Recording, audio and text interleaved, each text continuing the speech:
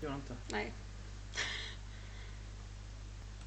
Alltså, du sitter för högt eller? Nej, jag tänkte... Okej, nej det är bra. Då kommer inte huvudet synas. Jag kan dra upp den här lite. Nej, men det är bra. Mm. Är vi live? Ja. Då får vi börja snacka. Ja, Mm. det var börja prata. Hi everybody and welcome to... Du bara kör. Hi and welcome to today's match between the Malmo Vikings and the Norway Gnomes. Today with me I have Freya here from the Malmo Vikings. Hello. Freya, could you please tell us a little bit about the pairings today? Yes, so as you said, we are playing against the Gnomes, and we are the Malmo Vikings. And in the first round, our pairings you can see here. It will be Thor Fredrik with white against Candelius, and I guess this is Johann Sebastian Yeah. against Jonathan Westerberg. And we have Erik Blomqvist with white against Ian Tai, and we have Linus Johansson with white against Jon Ludvig Hammer. Mm? That sounds like 4 really interesting games. I know that Linus won against Jon Ludvig in the Swedish First League during the spring, and I think that was with the black pieces, so I hope he can do the same with the white this time. Mm? What game should we start following?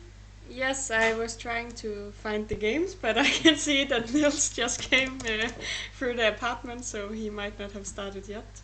Is chess.com arranging so the games will start automatically, or do they have to challenge each other? No, unfortunately, when it's friendly games, then we have to challenge each other. So everyone. we might have a couple of minutes.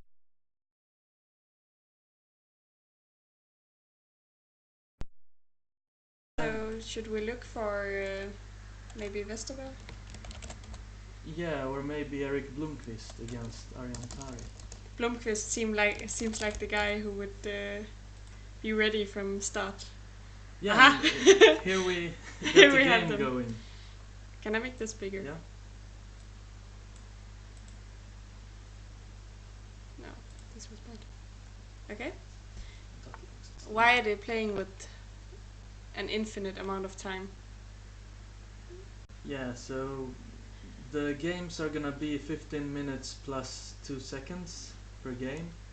And this is a slow start, a warm up before the qualifier to the Pro Chess League.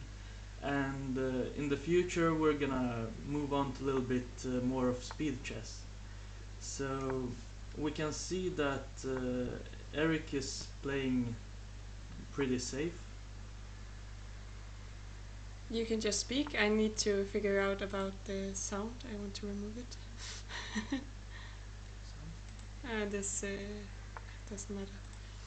Okay, yeah.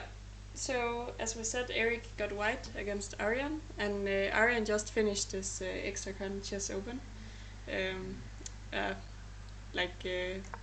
tournament with long games, and he finished second. So I would say he's in shape. Okay, he's gonna be a very dangerous opponent. Definitely.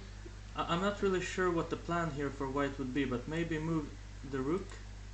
Something... Hur gör man pilar? Det kan man inte med...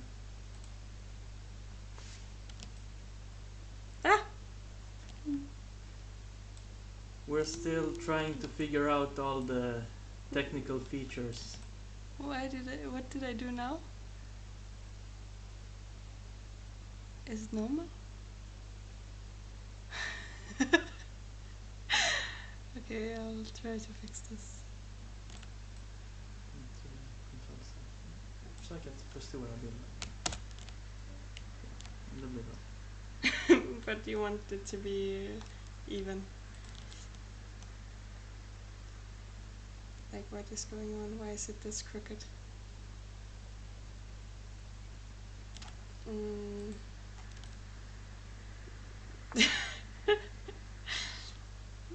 What did we do? Can't I put the settings back? Wait. Reset. Perfect. I don't think you can make the arrows, unfortunately. Do you want it to be zoomed in? Yeah, this is great. But I thought before that white would play maybe rook e1 to go around with the knight to g3, but now Aryan is stopping that idea. So I'm not really sure what the plan of Eric is here. I think the position for black is pretty solid, but maybe changing pieces, playing queen d2 and trying to put the bishop on f4 and maybe some rooks on the e line. Yeah, you might be right. I just wanted to check if we got all games going. So how did you zoom out? And settings. What? Then Because we should make sure that all our players are actually... Well,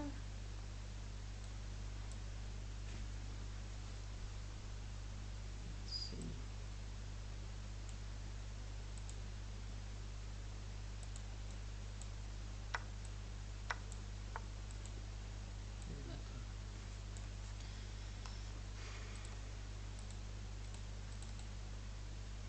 uh-huh. Uh,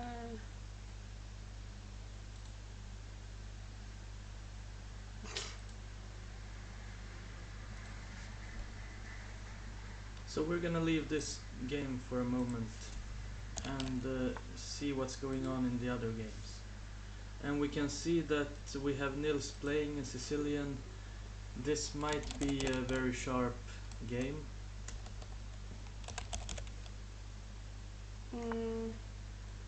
He's the only one I can't find. Who is the white demon?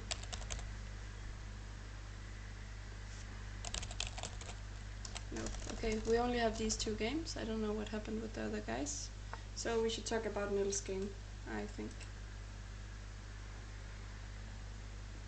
Yeah, he got bishop pair, and usually what white is trying to do is pushing the f5 pawn to put pressure on e6. But I think this is a little bit better variation for Nils, because usually white have a knight that can jump in on d5. But in this case, there is no knight on c3 or on e3. So I think he's a little bit more safe, and maybe in some position after f5 can even just answer with e5.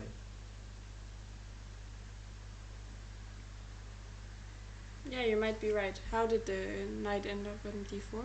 It was there the whole time. No, I think he went from c3 to e2 and then up to d4. Uh-huh. But okay, I wouldn't say black's king is really safe. No, it's always dangerous here, but if Nils managed to exchange the queens, I think it's gonna be a nice endgame for him. Because the bishop pair might be strong and potentially strong. Yeah. Yeah, you might be right. They're playing very fast considering the time control, I would say. Yeah. I don't know. They might be thinking they need the time later. Yeah, or maybe they're just familiar with these kind of positions and the theory here. Could be. Nils' idea might be to just go back with the bishop over to f8 and then have both sides to play on. Yeah. I know Nils' strongest discipline is in the rapid chess.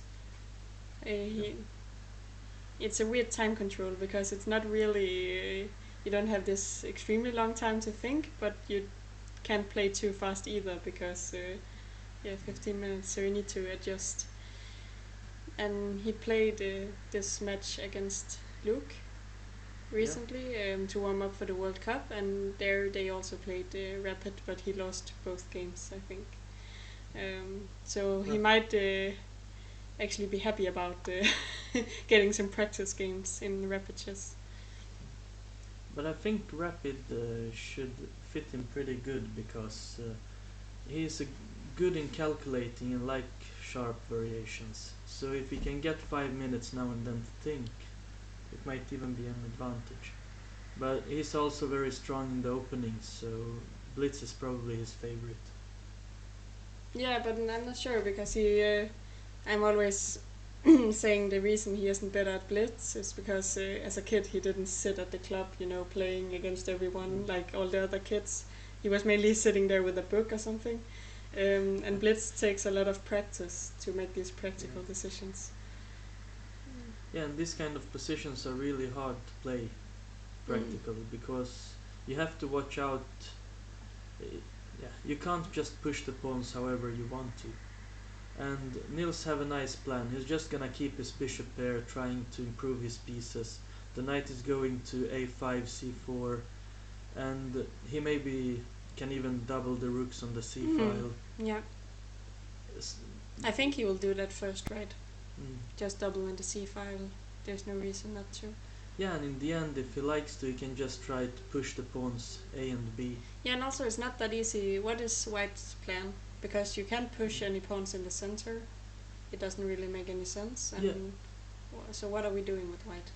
Usually, if I remember these kind of positions, White would like to have a knight on either c3 or e3 and then put the bishop on h3 and try to push f5 to make the weakness on e6. And when this is overloaded in some case and have to either play e5 or it's just taken, then sometimes the knight can jump in on d5. But in this case, I'm not really sure what White's gonna do.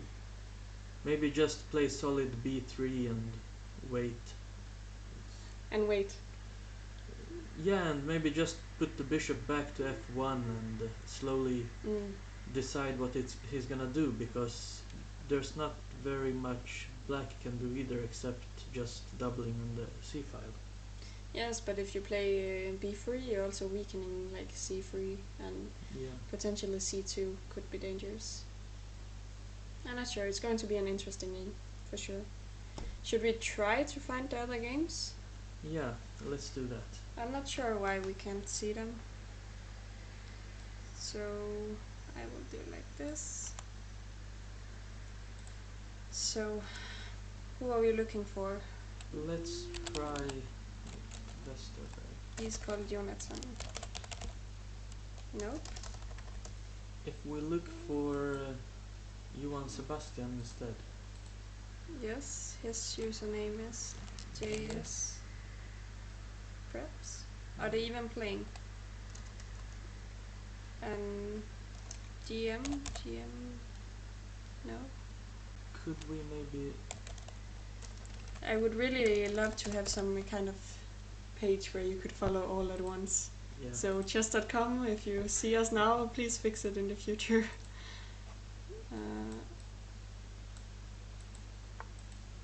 Wait. Now we have this clicking problem again. So I'm sorry for the annoying moving around. Can't we find... We can find Aryan. There is... Yeah, he's playing. How do I watch? Maybe just double click. Aha! Now I found there we this. Go. Should I find the last one also? Yeah. So, where are you, Hammer? There is Vesterberg. No, we got him already. How much rating does Hammer have? I think he went... Is that one? Yeah, that might be him. Aha! Now we got all games. I'm a genius. So, who do you want to start with? Ooh, we can start with this one because I see that Linus is having a nice position here. So, here we have Jon Ludwig Hammer against Linus Johansson, who is our last board. Yeah. And I'm not sure, Jon Ludwig, is he also playing... What board is he playing? He's actually number 1 in Norway. Yes, So I know, but I thought maybe Aryan would be first board. Which one? Aryan? No, Aryan is number 2. Then we got that one straight.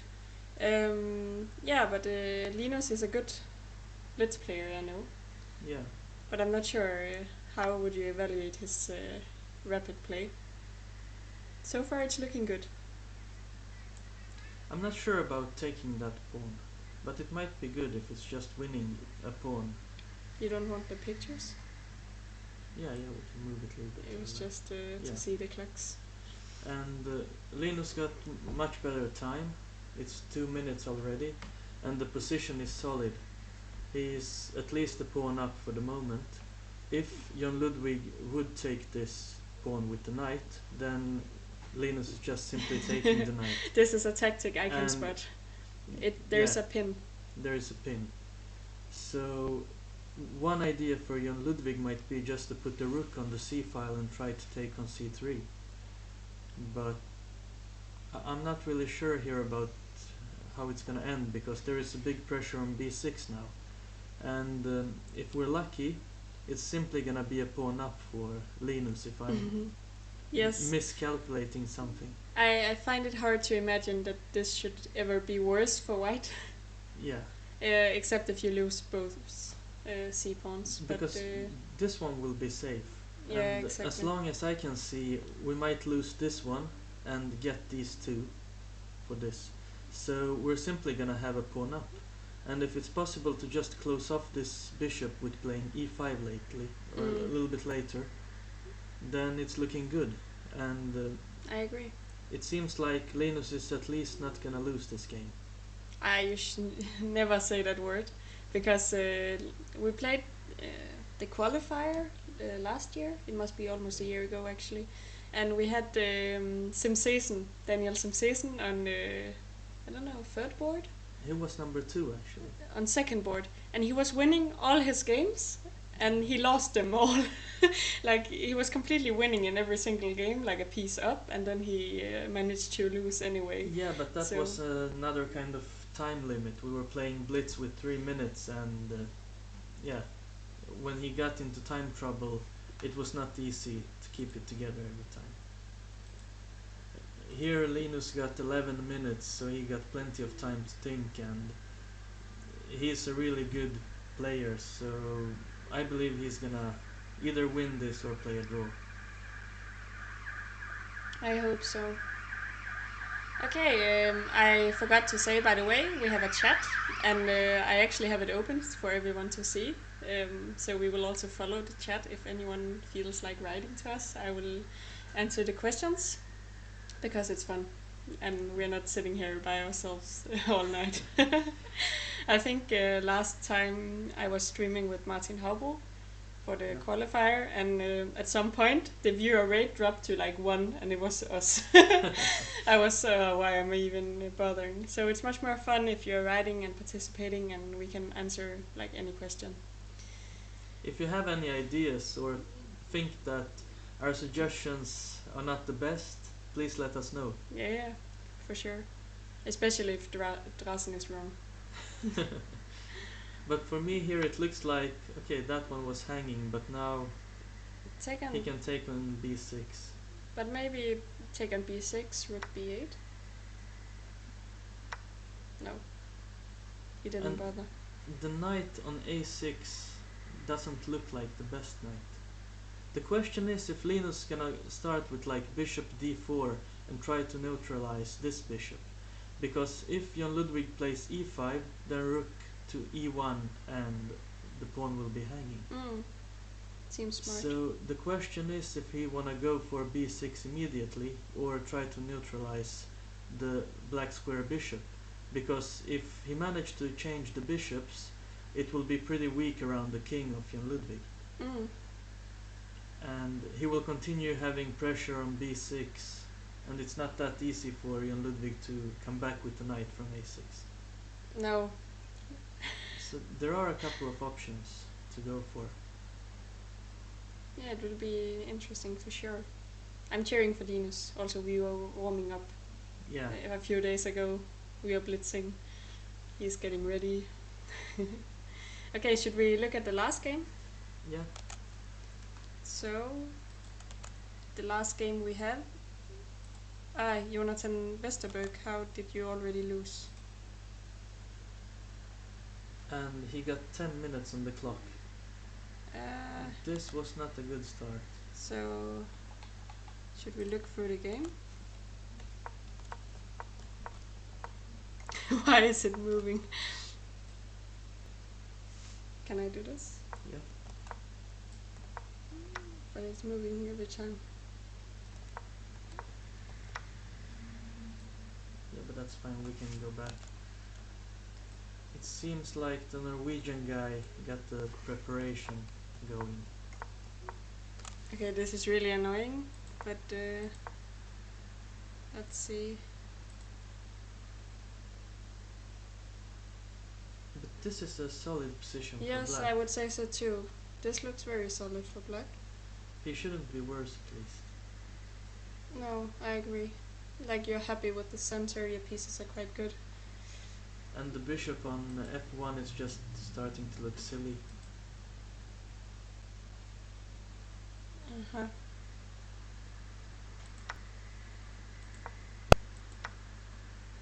But now they're just exchanging everything. Yeah, but now he's losing a piece. Because of rook c7? Yeah. Or? Now white is getting activity, so I think the couple of last moves were not good here. Knight g3, this one is Okay, he's just going to pick up the pawn. I thought rook c7. But what should he play instead? But he's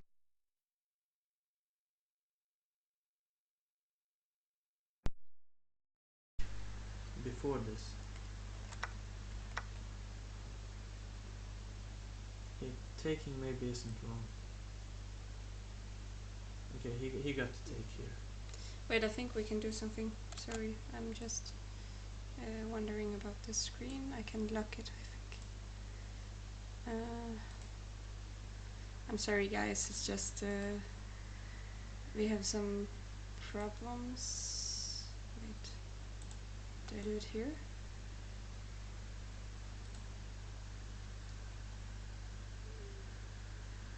Doesn't it say lock somewhere? We'll try to go through all the games during the match, and every next round will start every 40 minutes. So the first round is starting at 19, the second at 19:40, then 20:20 and 21. I fixed it. I'm a tech genius. Okay, we are sorry for the inconvenience, but it's our first time like really streaming, so we need to get used to all the programs and stuff. And it's not that easy actually. No, it's a lot of tricks there. Yeah. And also, I know the guys who are used to streaming all the time, they have like all the settings already made up when they open the program, and we are just starting from scratch. But it's getting better, so sorry for the small mistakes. Okay, so he lost. Should we look at... Yeah, we can look at another one, because this position is starting to be a little bit... So... Nils won. So then we have at least 1-1. Okay, so should we look at this game? Maybe I should go back to where we last saw it. Okay, he played e5. We had it here, right? Yeah, after knight I'll zoom in. a5. Let's see what he... Why is this not... Okay. He played b3, and Nils jumped around and used the weaknesses. And because of the knight not being able to jump into d5, and white not having the pressure on e6, it's much easier to play for black. So let's see what kind of tactic Nils got here. So you were talking about we wanted the bishop on h3? Yeah, but it seems like white lost too many tempos on the way. So we don't have time for it. Yeah, so instead of going with the bishop to e2, he should already had the bishop on h3, and instead of jumping around with the knight, he should maybe stay on c3 and play f5 quicker.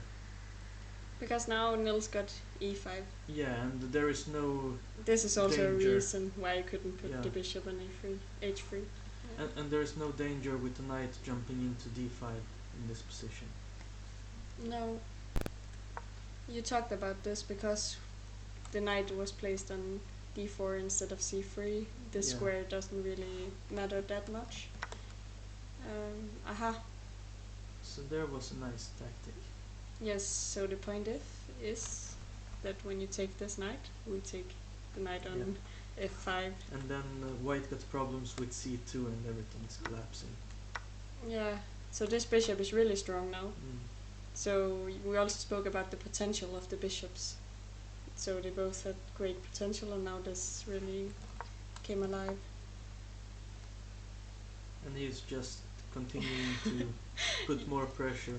Yeah, so he's not Open- even taking the rook, he's just continuing the pressure in the center. Because this is better, he wants to open the files for his rooks. If he would just take on e4, then it's a little bit tricky because white will have a strong white bishop. Maybe if he even can play queen to d5, it will be dangerous, a knight jumping into f5.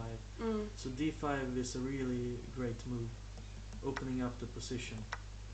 And look at those rooks. Yeah, it's just a better way to trade or win the exchange, right? Yeah. Yeah. Yeah, and now he's threatening a lot of things because rook d1 will be mate if the queen moves. Yeah, also maybe he's threatening something like queen f2. Yeah, and the knight don't have any good squares.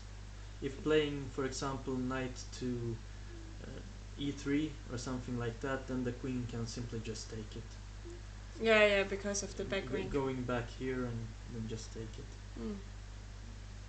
Yes. Let's see the finish. He took the pawn and Nils. I said queen f2. Yeah. Tactic master. Yeah, and the problem is queen takes f2, then rook d1, and it's mate. Yeah. So. And the only move would be maybe queen over to h1. But then maybe queen d2. No. Then you Or have simply just take on h2 if he likes that pawn.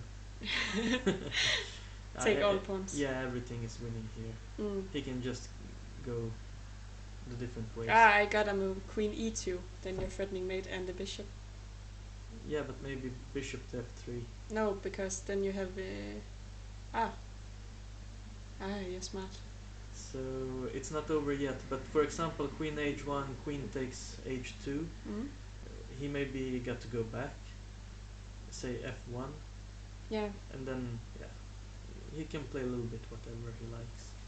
Did he resign here? Yes, Yeah. he did. Okay, so we should find one of the games that didn't finish. So the score is 1-1. And the only two games going are... Ooh, Eric got a really nice tactic here. Will it be mate? Black takes the rook, queen takes f7. Aha.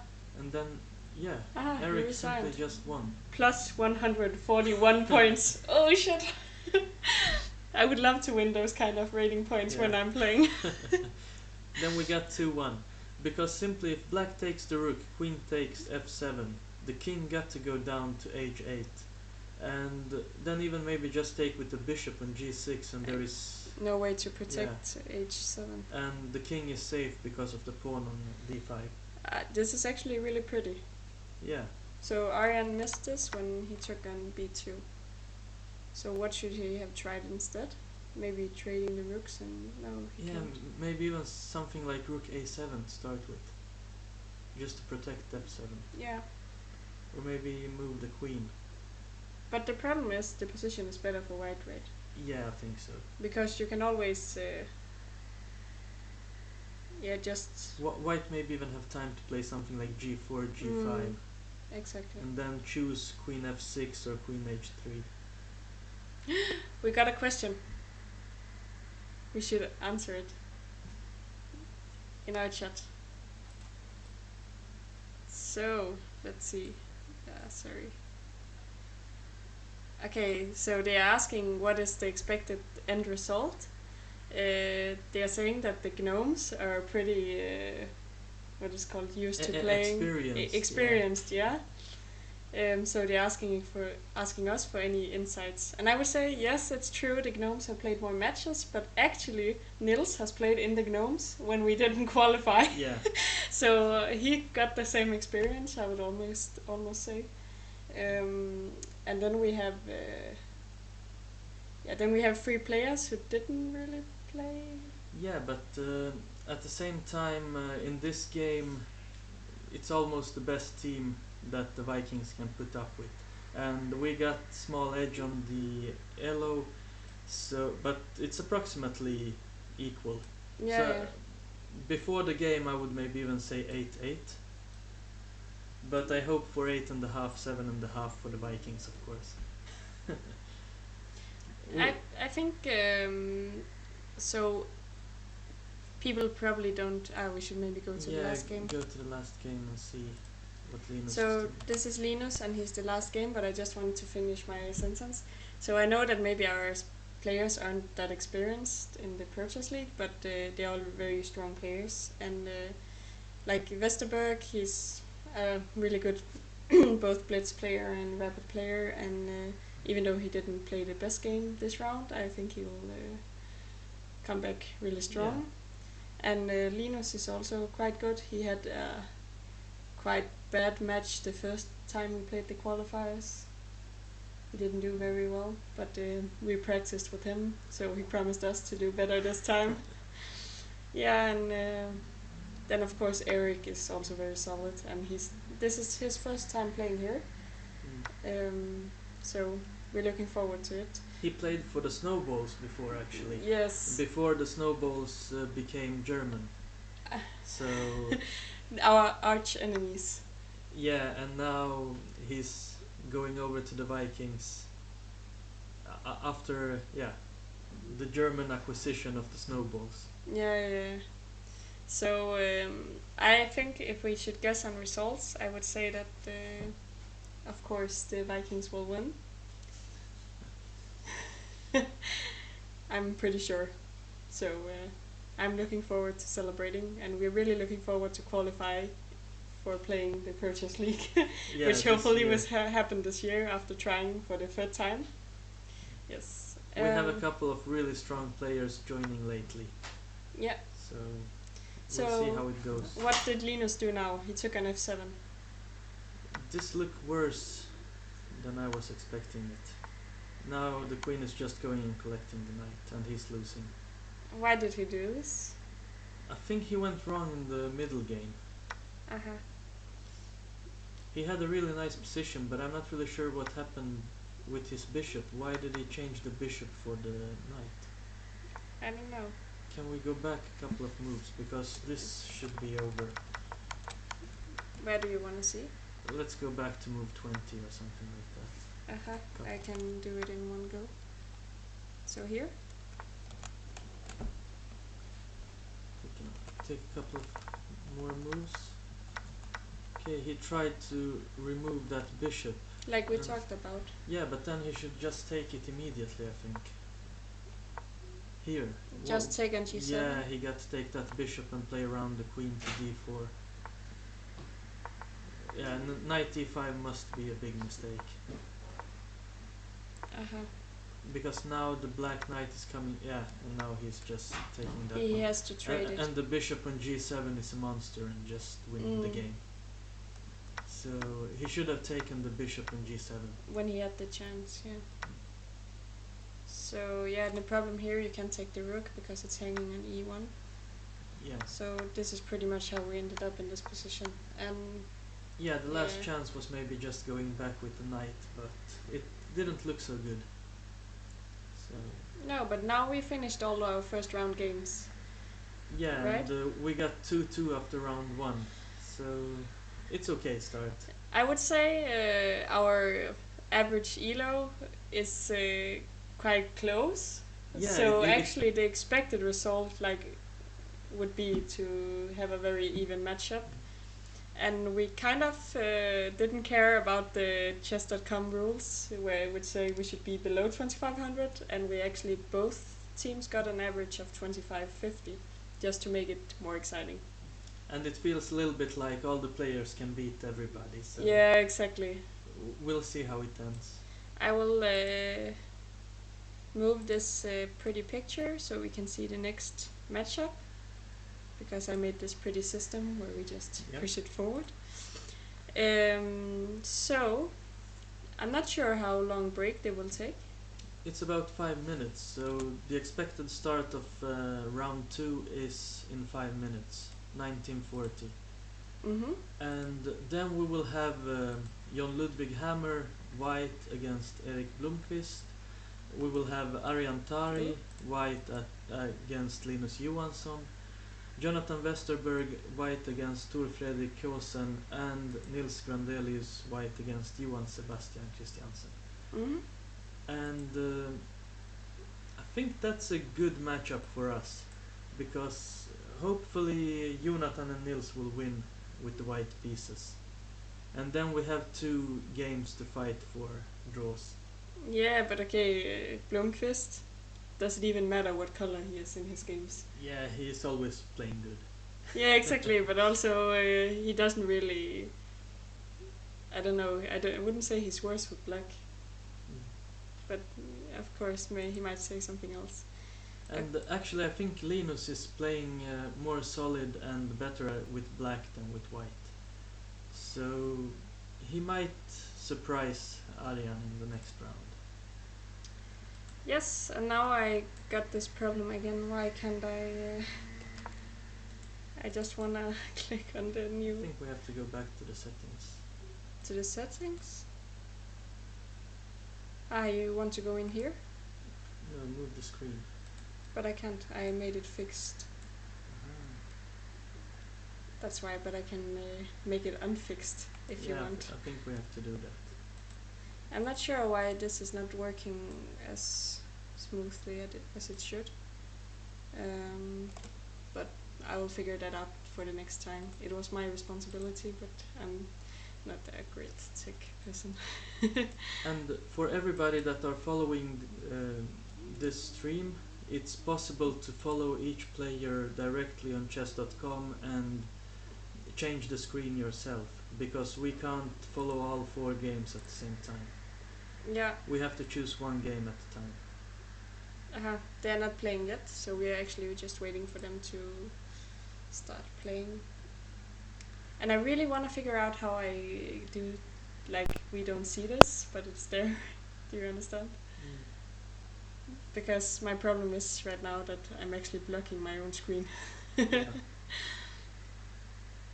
And this is the first proper stream from the Malmo Vikings, so hopefully we're gonna improve until the next time. I promise we will improve.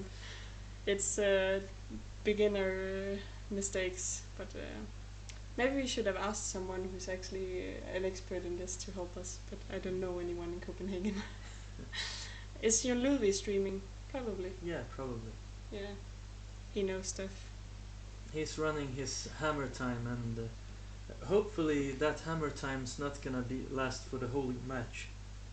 I'm looking really forward to Nils playing Jon Ludwig, because then it's the hammer against Thor. Yeah. So is hammer better than Thor's hammer? So just a little bit of word fun here. So let's see. I'm just going to do like this, because then I can see when they start playing. Ah, Jonathan is already playing. Is anyone else? They started a minute ahead of the schedule. Yeah, but it's also only Jonathan. Let's look at that game. I will just try to find. But he's the only one playing, right? Okay, but then we'll look at this game. Jonathan don't care, he's just starting. So let's do like this. Why is it this big now?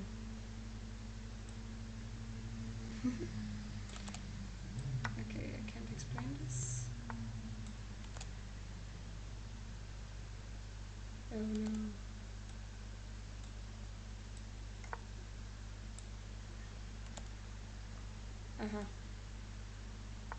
Sorry guys. Okay, so we have Westerberg against Fredrik Kåsen, right? Yeah. And I'm sorry, I should say Thor Fredrik Korsen. They're really strict about this in Norway. You should say all names at any time. And they all named 3 different things, so. Yes, what do you want to look at? just like this. And now in this position, white got the activity and will try to attack to get maybe the c file or enter through e5 square with the knight, but he always got to watch out for this pawn. This is actually my expertise area. I've been talking a lot about this every time I'm commentating, because we have this isolated pawn. That's why we are playing for the activity, right? And that's what makes it difficult for black, because he's already pushing it. Yeah, this is great for white, because now he's getting rid of his weak pawn, and at the same time he got really good activity for the pieces. While this black rook in the corner is just looking silly. Yeah, it will suddenly, take some moves. if he managed to exchange something, then the bishop might get back and take But the rook. maybe he's hoping, like, knight takes d5, knight takes or something. And then to play b5 and try to activate the rook somehow. Yeah, that's one option. You need to get your pieces loose, but it's not that easy. Also, this bishop on c8 is looking really stupid right now. Yeah. Got no squares, which is usually not recommended if you're playing chess. You should have at least 1 square for your piece. But for black, he got to take with the knight, or at least somehow try to exchange a piece on d5. Maybe start with taking with the e pawn and then exchanging the knight to be able to play b5, to get the bishop out. And the queen is a little bit strange placed on d7. It should be on d8 to be able to play rook d7. Yeah. But it's a long way also to play rook d7. Yeah. But after a couple of exchanges on d5 and playing b5 immediately, afterwards then the rook got the square on d7. Yes, but the problem is we have 2 easy moves. 1 rook to c1, 1 rook to e1, and all our pieces are great. Yeah. So this looks very good for white. I like white's position at least. Yeah, of course, it's a little bit better. And when black is playing b5, the knight on c6 will be weak. So after, for example, a rook c1 and maybe even queen c2, just entering the c file and playing the next rook to d file. So white will have a couple of tempos and have a small advantage. This might be smart. Because now if queen takes, we take with the bishop, and then you need to fix this knight on c6 before doing anything. Yeah, but then he got knight to b4 and rook to d8. I'm not really sure about how good this exchange was. And Jonathan is playing really fast. That's at least worrying a little bit.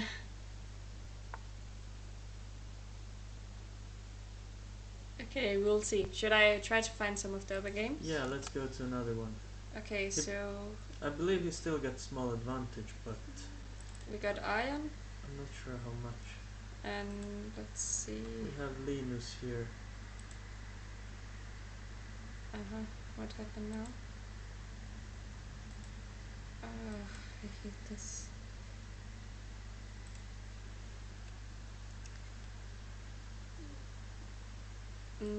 So I just wanna tournament is over. Yeah, we can just exit that one. Someone else is also playing a tournament. We can't. And last one, we got. Who is last? I think it's the hammer. Hammer? We're needing Hammer. Why is he so low in rating? I need to scroll a long way down to find him. Okay, so now we got everyone, which is a start. And okay, we will start with this one, I think. Yeah, and Eric is playing good here.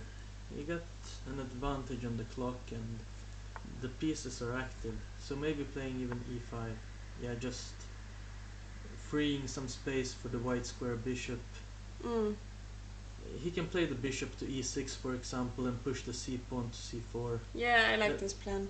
Yeah, and then maybe just pushing. rooks to b8, c8, Mm. and trying to play against Jon Ludwig's weak queen side here. Yeah, yeah. The only important thing is that we should always be able to protect this pawn if we play something like c3. Yeah, but then c5. Yeah, The that's tricky part might be if white starts playing f4 and making the e5 pawn weak. Then it might be hanging on d4 sometimes. But at the same time, if he plays something like f4, then the e3 square will be very weak and the knight can jump in. yeah. Can we just move the knight and maybe play f6? Just say. I like the knight here because it's putting pressure on e4, and if white plays the f pawn to f4, for example, then knight g4 and knight to e3, Mm, and yeah. then you get the tempo after knight g4. You can always play f6. True. The question is what white's gonna do, if he's gonna start with h3 and go for f4, or playing with c3. But the problem is if you play both h3 and f4, you're also weakening your king side a lot. Yeah. But of course, you always got this h2 square for the king at some point. But yeah, c3 I thought was more natural, but maybe just c5 and say, okay, Yeah. who cares? And now even, like, I'm not sure if you're putting your bishop on b7 just to put more pressure on e4. But now even queen a5 and trying. Yes, to take on c3. Yeah. Queen a5 and slowly just playing out the pieces. Maybe. But maybe not queen a5. Wait, yes. I was thinking like I was scared of something take on c5 and b4, but everything is hanging. Nothing is protecting in the a file, so. Yeah, actually. Or maybe going for the e pawn, playing something like bishop to b7, trying to gain that tempo to start with. Yeah, yeah. Okay, I got a question for the viewers because I can see we have some. Who's your favorite player of all of them? Does anyone have a guy they're cheering for? I'm really sorry to say that we have no girls playing, but we might actually have in the future. We've been talking about we are 2 Ellens in Denmark who might be playing for the Vikings in the future because we need to keep the elo low. Yeah, but so if anyone has anyone they're cheering for some particular reason, you can write and we will talk about that person. Yes, should we look at some of the other games? Oh, already some guy is writing Iron Time. Yes, I also really like Iron. He's a friend of mine and he's really nice and he's a great chess player. So he just became second in this Extracon I was talking about. He has won the World Junior Championship. Junior Championship already at an age of 18. Yes, and he's like 26 something now, really improving. So I think he will be a great player in the future, also because he's already so strong and very young. Yeah, he's gonna reach 27. Just definitely. a kid. No, yeah. So Ian, of course, he will be fun to follow, and also I think he's both strong in Blitz and Rapid. Yeah, he was in the top of the European Blitz tournament, I think, or the Rapid one, but dropped from the top in the end rounds. Ended up still around top 20, if I remember correct. So someone is saying they're cheering for Nils, so we're going to... What happened? We're just changing colors now. Yes, that I'm not going to do. We're going to look at Nils' game, and of course we're cheering for Nils. He's my boyfriend. Woo! So I can tell a lot of details about him, but I won't. I will just say that he's Sweden's top player, and also he became second at this European Championship. So of course he's also great. Someone is knowing you and is watching the stream, I think. Might be. Okay, so do you have anything? This looks good for Nils, actually. I think it's a hard position for Johan Sebastian to decide what to do. The pawn on d4 is very weak. He can't take the pawn on b5 because of a3. And soon maybe Nils will just put the rooks on C and D file, play something like A3 then A4, and just go and collect the pawn on D4. And it's gonna be a nice endgame for him. Yeah, I just This wanna. bishop is also a monster. Look at this file. I just want to point out that it looks like this pawn is hanging on b5, but it would be quite stupid to take it because of a3, and there's also a pin. Yeah. So that's probably why he tried something else. And this might be smart because, or I'm not sure. Is it weaker, the pawn on c3 than on d4? I'm not really sure because he can protect it with the knight on d5. Yeah, that might be and why. it's not good for white to play e4. So Nils is just protecting the queen and now threatening to take with the knight on d4. Yeah. So black needs to protect it somehow. Rook d8. Yeah, but then Nils will play maybe rook from f to c1. And black will have to take the queen. He got the c file to enter. Black got a very weak pawn on d4. And this is looking really good for Nils. I think he's just gonna win this. I think just gonna win this. This might be a little bit harsh, but it's a difficult position to play for black for sure. Because when you have some weak pawns, you're always using a lot of time to protect them and not really developing your pieces in the best way. Now he's trying with some pressure on e2, and if Nils would take with the knight on d4, this knight would be hanging. So now this rook is protecting all the pawns on the second rank, and the white rook can just enter. Can I ask maybe knight c4 and then go to b6 or d6? Yeah, that's also an interesting idea. And we idea. are threatening d4 and all these squares. Black squares are really weak. Yeah. Also the problem is if you ever move your bishop, then you have a problem with this b7 pawn. And for the moment, black got to do something for this pawn. How to protect it. Yeah, I think you need to sacrifice it. Maybe try to get some play, but I'm not sure how. White can't take immediately, but the threat is simply for white to just play the knight to c4 probably. Then he got the d6 and b6 squares.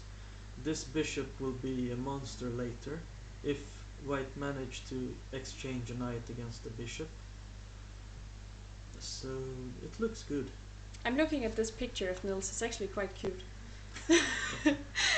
No, but they can be really bad. I would say Johann Sebastian's is also decent. I'm not sure who's picking these pictures. Are you doing it by yourself? I think they can choose them themselves. Okay, that's why. I've just seen this sometimes in chess space or stuff. It's just random pictures there from when you were 5 years old or something. Yeah, okay, but I want to go to the last game. Or did we... Yeah, sure. Let's go to the next one. Is it Blomqvist? I think we were there at c3. So... It still looks pretty good. Jonathan is having an exchange down, but he seems to be winning it back. So this looks good. He's gonna win an exchange. You have a strong bishop against the knight. So this is like study like the forks are coming everywhere, so you can protect against it. Yeah, but this was a smart move because now he's gonna sacrifice the rook on e7 and try to take the pawn on a5, and then it might be moving towards a draw instead. But a draw is not horrible. The question is if Jonathan maybe should take the pawn on a6 instead. He thought he's playing for the win. Maybe it's because of the time. So Fredrik only has like 4 minutes something against 12.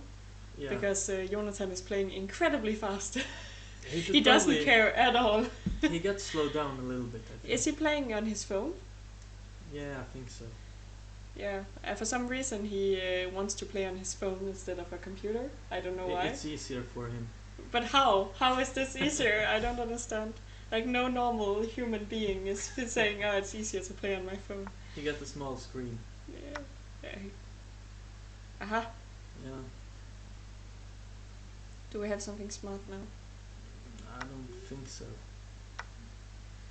But it's still moving towards a draw. Yeah, I would also say this is probably going to end on a draw. He will play something like g4, f3, Mm. and just hold the position. Yeah, I agree. Black can't do much. Let's see someone else that's more interesting. So that's gonna be a draw for... Tor Fredrik declined a draw. Okay. Ah, okay. But Arjan against Linus. This looks 2-4-6, 2-4. a bit unpleasant. Isn't he just 2 pawns down? Yeah, but why can't he take this pawn on a3? It's a check on d5 with the knight, and then everything is hanging. So it's simply 2 pawns up. And Linus also got 8 minutes in the clock. Mhm. I think our players should start playing a little bit slower. Maybe I should write in our group chat, like, please use your time. We are not in a Slow hurry. down a bit. I'm not sure they would listen at all. Mm. That's the problem. We have like 4 egos on this team. I would say 3 because Eric is really more neutral, but yeah.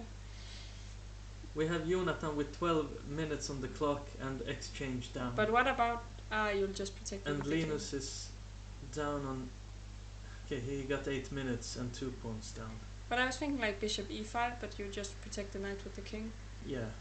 But maybe this was smart. No, He but was trying to it was create maybe a something. good idea to play bishop e5. So when he protects, then check.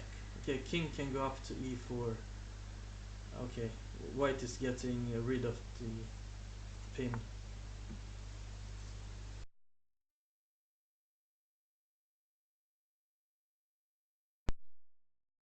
Linus made a mistake there with h4. Mm. If he should play something, then it's probably g4. Yeah. Try to keep the pawns on black so he can at least I attack something. completely agree. You need some targets, otherwise it's just 2 pawns down. Yeah, now the king is coming up to e4. And or maybe even just hiding on b3. But yeah. This looks definitely Yeah, better for Arjan. f4 is coming, and I think this Mm. is over. Yeah. He's just getting rid of We the are pin. quickly moving on because Westerberg lost after we just said. Really? Yes. How did he... So let's see what happened. No, now it's doing this again. Okay, this was not a good round. I hoped we were going to win a couple of games this time. I don't understand why is it lost here. He played g4. Yeah, g4 was a big mistake. He should just jump around with the knight to e5.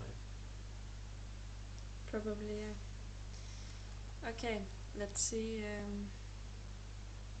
So we're losing 2 games. Yeah, but it looks like Nils is... Nils is winning. We will look at some games we are winning instead. It's more fun. So we had we were looking at this position and said And it was this d pawn that Johan Sebastian didn't really know what to do with. So when Nils moved the knight, he simply just pushed it and gave away the pawn. And now Johan Sebastian thinks that he can put some pressure on the d pawn. yeah.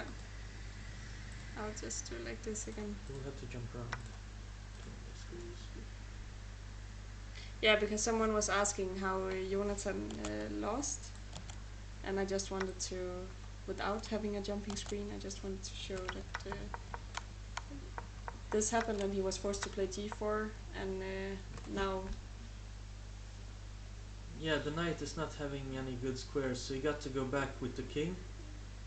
It would be 4 rounds. 4 rounds in total, and this is the second round. So next round will start at 8 Central European time. And in this position, Jonathan can't play the knight back, he can't play here, so he got to move back the king. And then Tor Fredrik will come with his king. To f5, yeah. Yeah, and the knight is having no good squares to go to, and then the check will come, and this pawn will be hanging. And black will simply just go and collect the pawns. So what we were talking about was instead you shouldn't play g4 and just try to jump around with the Yeah, or knight. maybe even earlier. Already in this position, instead of putting the rook here, he should probably just play g4. Maybe try to exchange all the pawns, because then it's a draw. Yeah, if he plays g4 and then king Mm. to g3 and maybe f4, Yeah. then the knight will protect everything. Black can't leave the last rank because then there will be a lot of checks. Check. And Yeah.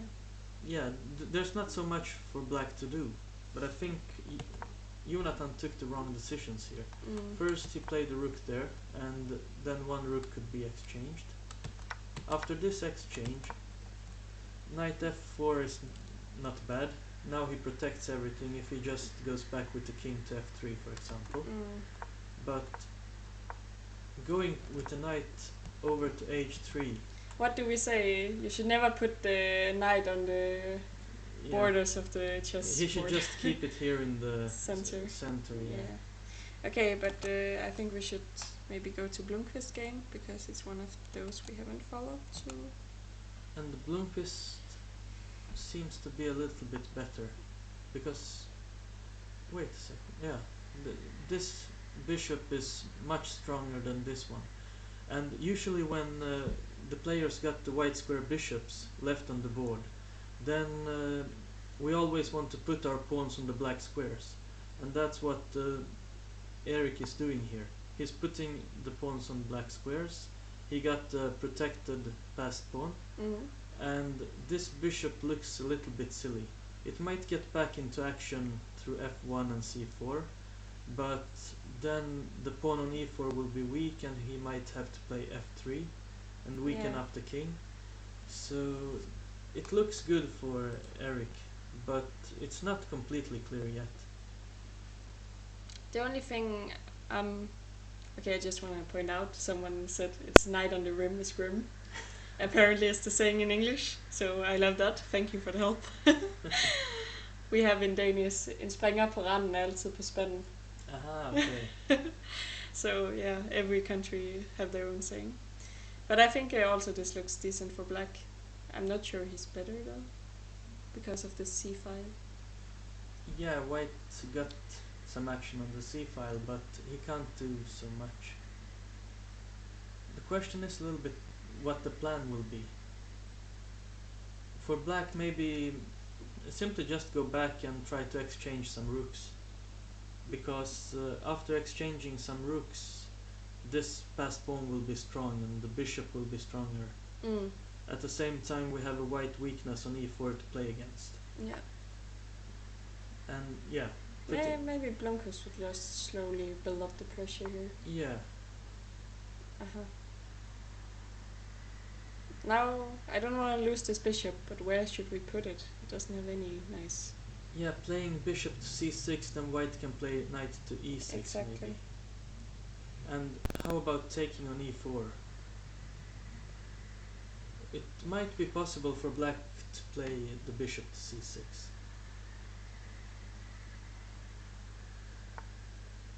Yeah, he didn't care. Yeah. But I'm not sure it's that bad, like this knight is better than the bishop so far. But Yeah, maybe it's it going is. to f1 or something. Trying to reroute it. But I like this white square bishop. I would like to put it on like a8 or something, Yeah. just to keep the pressure on the white squares. So if it was possible to play the bishop to c6 and after knight to e6 and threatening the rook, Mm. simply leaving the rook and taking with the bishop on e4, and then white got to take back, knight takes, and then threatening the queen, Yeah. and when he moves the queen, this knight will be hanging. But at the same time, maybe moving the queen to a square like e2 or d3 and threatening both the rook and the knight. So Yeah, let's see. there's a bit to calculate, and Eric took the safe way out. He's just keeping some air for his king. He knows that the knight will be better than this white square bishop. Yeah, but as someone is saying in chat, like I also suggested maybe bishop f1, and it's not that bad. Ah, he moved back. No, but actually, in this position, after playing bishop f1, then he might be able to take here with the rook. And rook takes and knight takes e4, because this one will be hanging. Ah, okay. And then he attacks both the queen and the rook. A fork, but you don't have rook c7. And then takes the takes the rook maybe. Rook yeah. takes and then knight takes the queen. Yes, of course. So rook f1 was probably not good immediately. Okay, should we switch to We can see what's going. Okay. f3? He's just Yeah. trying to protect everything. Yeah, this is a little bit better for Eric. Hopefully he's gonna win. Yeah, should we look at Nils' game? Yeah.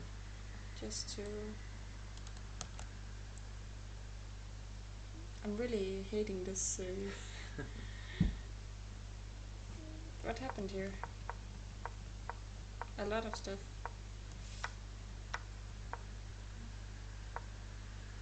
But, okay. Nils is a pawn up. And this knight on e5 is a monster. And Yeah. now this knight on c4 is going where? He's just putting pressure on b6. Uh-huh. He's simply gonna improve his But position. he's threatening something like knight d6. Yeah, also. that also. But they played a lot of moves. We're here now. Okay, but this surely must just be a lot better for white. Yeah, this bishop on h7 is not that good. If I know Nils, he's enjoying himself. Yeah, probably. Just playing the other knight from e5 to c4, protecting everything, slowly building up maybe with h3, g4. Yeah. So you want to put the e knight on c4? Yeah, then we protect both a3 and f5. It's true, but then you can't move the rook because of d3. But later maybe putting the bishop on e4. Uh-huh. And if he takes, the pawn takes, then these knights, they will be amazing, and this one will just look silly. Yeah, that's the thing. This this bishop, okay, it's threatening one pawn, but it's protected, so it's just doing nothing. And this knight is quite active, even though it's protecting the pawn. I would love to get my rook like in here somehow, where it's not attacked, but it will take some time. Maybe you're right, bishop e4 and then try to move it or something. It might be possible. For example, after playing the knight from e5 to c4, he can even take with the bishop the knight on d5 and just go up with the king to e4 and try to enter with the king. Yeah. Because this knight will not have so many squares to go to. These two knights will protect everything. Yeah. And he's maybe doing that immediately, yeah. And then jumping up with the king. I'm wondering if our audience can see this line going through my head here. Because, for example, now he don't want to play g4 and give Johann Sebastian this square. It's better to just go up with the king. The f4 square.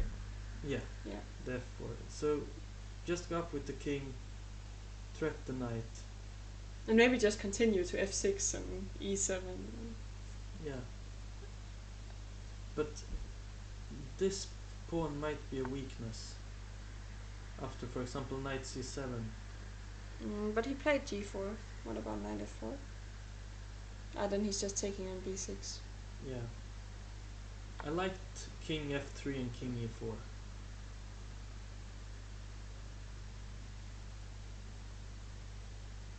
Because when the king is on e4, then he protects d3 and can maybe play rook to b2 and try to exchange the rook. But it's not too late, king f3 now.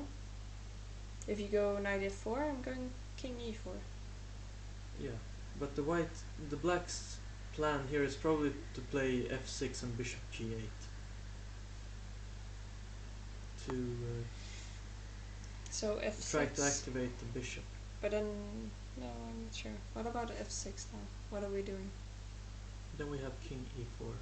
Yeah, but bishop g8? And king to d4 maybe. Just to move it from any checks and to open up the e-file for the rook. And we're protecting everything. Yeah. Active king in the ending. Yeah, that's always good. Yes. Just start marching already in the middle game into the board. Okay, So just wanna check out what is going on. So we have two players playing incredibly fast and losing, and we have two players playing really good and slow. Yeah. So. I'm yeah. not criticizing everyone if you're listening. It's just maybe slow down a bit. So, what is going on now? Why is this pawn on a3 suddenly?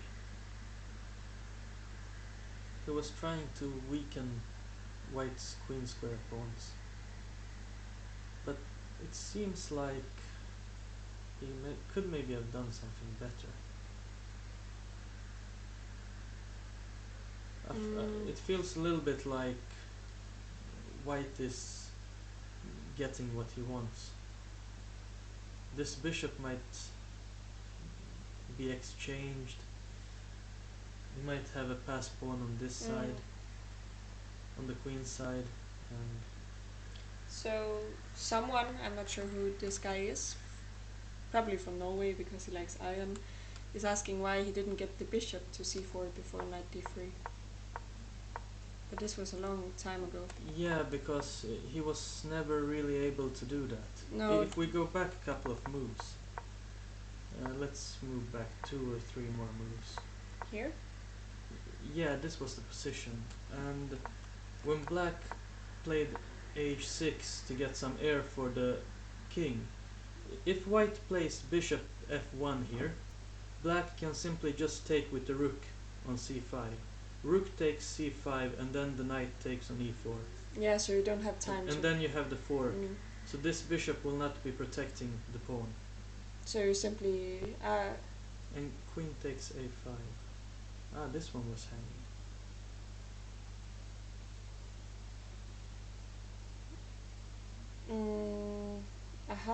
Okay, then it was not possible to take the knight.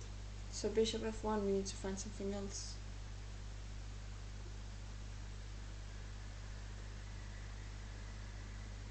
Yeah, he got to go back with the rook. So then you actually have time for this, like let's say rook somewhere and then bishop c4. Might have better version for it. Yeah, the bishop to c4, because Black can never take the knight, then he takes on f7. So actually I think Jan just missed this. Queen takes a5 probably. Why wouldn't he? But even when playing around with the bishop, he's not protecting e4. So you got to play f3 later. Sure, it's maybe a little bit better version. No, it's much better because the bishop is activated and you need to play f3 anyway.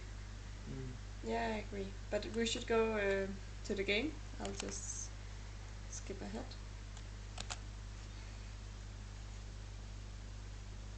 Now this looks bad for Black.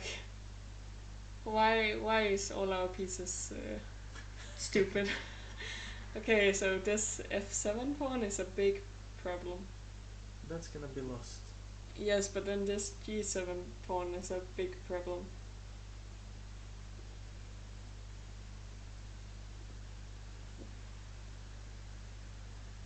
But if you manage to exchange a rook, it's not that bad. It's not losing immediately. But how will you do that if I just take here with the bishop? The question is if Black can start White's move now. Yeah, that's the thing. Bishop takes. Is it possible to play something like d3? This is smart because now he wanna exchange one rook. Yeah. So, and then you wanna take an e4. I don't understand that f4 move. No, also you're weakening e4. It's not necessary. Yeah, it was probably better just to take with the bishop, but taking with the bishop on f7 and d3. Then so maybe Black has enough counter. And then bishop to b3. Oh, you won. Why? How did we lose a piece? Why did we lose a piece? Rasen, please explain. No, he went into this. He went into the... No, why did he do that? Okay, h3 to stop knight to g4. He maybe had bad time. We can take a look at the clock. Oh, you can. Okay. You can do like this. H5 was not a good move. Okay, he had 2 seconds on the clock, and Jan That's Ludwig fine. had 16.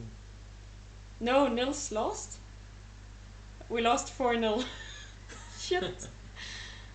Why? Why? How did Nils lose? I don't understand. Oh, he just.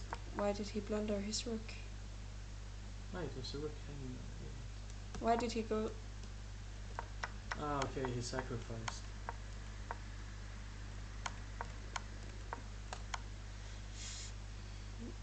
Why is he doing this to me? Let's go back a couple of moves, because white had 2 pawns on the queen side. So I'm just going to go to where we left it off. Somewhere here, right? Yeah, and this looked okay. Ah, he went for the f pawn and left the queen side. So actually, Nils probably lost because he wanted to win too much. Yeah, but in this position, after rook to b1, isn't it just possible, To move forward. yeah, to move the king to d4? Maybe the. Even leaving this pawn. For example, king to e4, knight f6 check, king to d4, take this one, knight takes on b6. Yes, but the problem is he might not take here. Can't he just go rook g1? Yeah, but then the knight is threatened. For example, king to e4. Yes, knight f6 check, king d4, Yeah. rook g1. And then take on b6 and go with the Uh-huh. king and the pawn and the knights. It takes some time for black to activate the bishop on h7. So someone is asking for standings. The first round we played 2-2. The second round we rather not speak about because we lost 4-0 and I don't know why.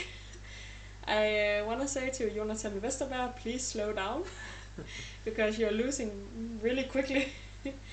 And otherwise we were a bit unlucky. Linus probably got outplayed. We didn't really follow his game, but he was 2 points down. Yeah. Nils was probably winning, and yeah, suddenly he tried too hard and lost. It looked really good for both Eric and Nils, but I think it was the Yeah. time trouble that destroyed Eric's position. Play slowly, but not that slow. And in this Yeah. position, probably Nils took the wrong decision. He went Yes. for the f7 pawn, and this was probably the key position where he went wrong. Maybe king to e4 and king to d4 is the better option. That was Tr- what we were speaking about. Yeah, trying to take the b pawn and run with that one quickly, because it will take some time for black to get out with the h7 bishop and try to create something on the king side. So, yeah. Yeah. After going and taking that one, black got pretty quick counterplay on the queen side, and this a pawn was the decisive pawn that won the game. Okay, so maybe you should get ready for the next round. I will just move everything. We can just You just continue with this. going through here. Yeah. But the problem is this pawn is too strong. Yeah, the a pawn is quicker than the f pawn, and he can just give a piece. Yeah, he got strong bishop now suddenly, instead of having a bad one on h7. He could sacrifice the knight and run with the a pawn. Shit. Okay, so not the greatest round we had. I will just move our pretty picture here. So We're just minutes away from round 3. Actually, it should start in 1 minute. yes, And we have Jonathan Westerberg, white against John Ludwig Hammer. We have Nils, white against Arjan Tari. Johan Sebastian Christiansen, white against Linus Johansson. And Tor Fredrik Kjåsen, white against Erik Blomqvist. yes. Hopefully we're gonna win this round, because the last round was not that good and we're 4 points down. 4 points is quite a lot. Yeah, we Ew. need 2 times 3-1 now at least. But also, like, all of them losing, was it really necessary? Couldn't they at least take 1 point? Okay, so I can see Arjan is playing. So I'll open this game. we have one from the audience asking if there's something else on stake except the glory, and this is just a friendly match, so it's just the glory we're playing for. And it's a practice match for the next season. For the Gnomes, and the Vikings are getting prepared for the qualifier for the next season. Yep. Did I miss one game? Sorry. We have Jonathan Westerberg already playing against. No, they all started, but I missed one game. So it's the Erik Blomqvist game. How will I find... Ah, but we're friends with him. Now we got all games, and you can speak a little bit about the pairings. Are you expecting us to win this round? Yeah, because Eric is always good, so I expect him winning with black pieces against Tor Fredrik. Nils against Arjan. Was that really the right color? Should I say something, or should I just let them go on? Let's see how the rest of the pairings. You mean... Yeah, we can just double check so the colors are correct. Jonathan got white, is correct? Yeah, so it's only Nils that should be white. It's typical Nils to... No, but... this is also right? Yeah, that's correct, and that's correct. So Nils should be white against... I will go Arjan. to the other room and scream at him. Yeah, that's a good idea. You will continue to speak. They can take a quick draw in this game and start a new one. So, shall we move on to one of the most exciting games of the day? We have Jon Ludvig, black pieces against Jonathan Westerberg. They had a match during the Nordic Championships this year that ended in a draw. And that time... I just went in and he was like, oh, should I just resign this game then? No, just offer a draw and change the colors. Come on, how hard can it be? I think they fixed it now. Oh, Very yeah. good. Yeah, there was So- a slide. It's a good thing that he's next door, so I just can yell at him a little bit. Okay, so let's hear if anyone in the chat is thinking we can turn this around. Anyone cheering for the Vikings who still think we have a chance? So, did you speak about a game? Yeah, I had Jonathan against Jon Ludvig here. Should we go back? Let's count the pawns. It looks like Jonathan is at least a pawn up, but I believe this one will be hanging. But okay, Lost. why do you have double A pawns? I say to all my students, don't get double pawns. It's just. But at the same time, black got the bishops. So Okay, the but white square bishop will be strong, maybe just placing it on b7, c6 maybe if it's getting threatened. someone in chat is saying we should follow Jonathan because he's playing so fast, so we will miss his game if we are not looking immediately. It's true. But actually it seems like he's slowing down a little bit. He already spent some time. The first Yeah. game he lost with 12 minutes on the clock, so maybe he's trying to get kicked off the team. No, I still believe that he's gonna take a couple of points. Hopefully he's gonna win against the hammer here. And then we have the best game for last. Nils against Hammer in the last round. Yeah, hopefully we're gonna win the match of the hammers. Yeah, exactly. Thor's hammer against the Norwegian hammer. Hammer. Yeah, okay, should we go to one of the other games? Because they're thinking. Maybe Erik Blomqvist. Yeah, let's move over here. There's been a lot of action in Eric's games.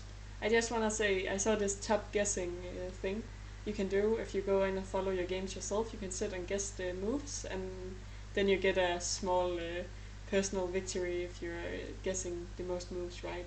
And I usually do this on chess.com. I think I really like this idea because you're like participating in the game almost. Yeah, okay. What is happening? Eric is currently a pawn down, but he will probably play something like queen e7 and take on c5 after a while, or maybe even take it with the rook later. And also you have an open a file. Yeah, so moves like rook to a5 looks always tempting. So in this position, at least we got like the a file for the double pawns. Yeah, and this knight looks good. Yeah. But okay, we have to say something about good chances for white.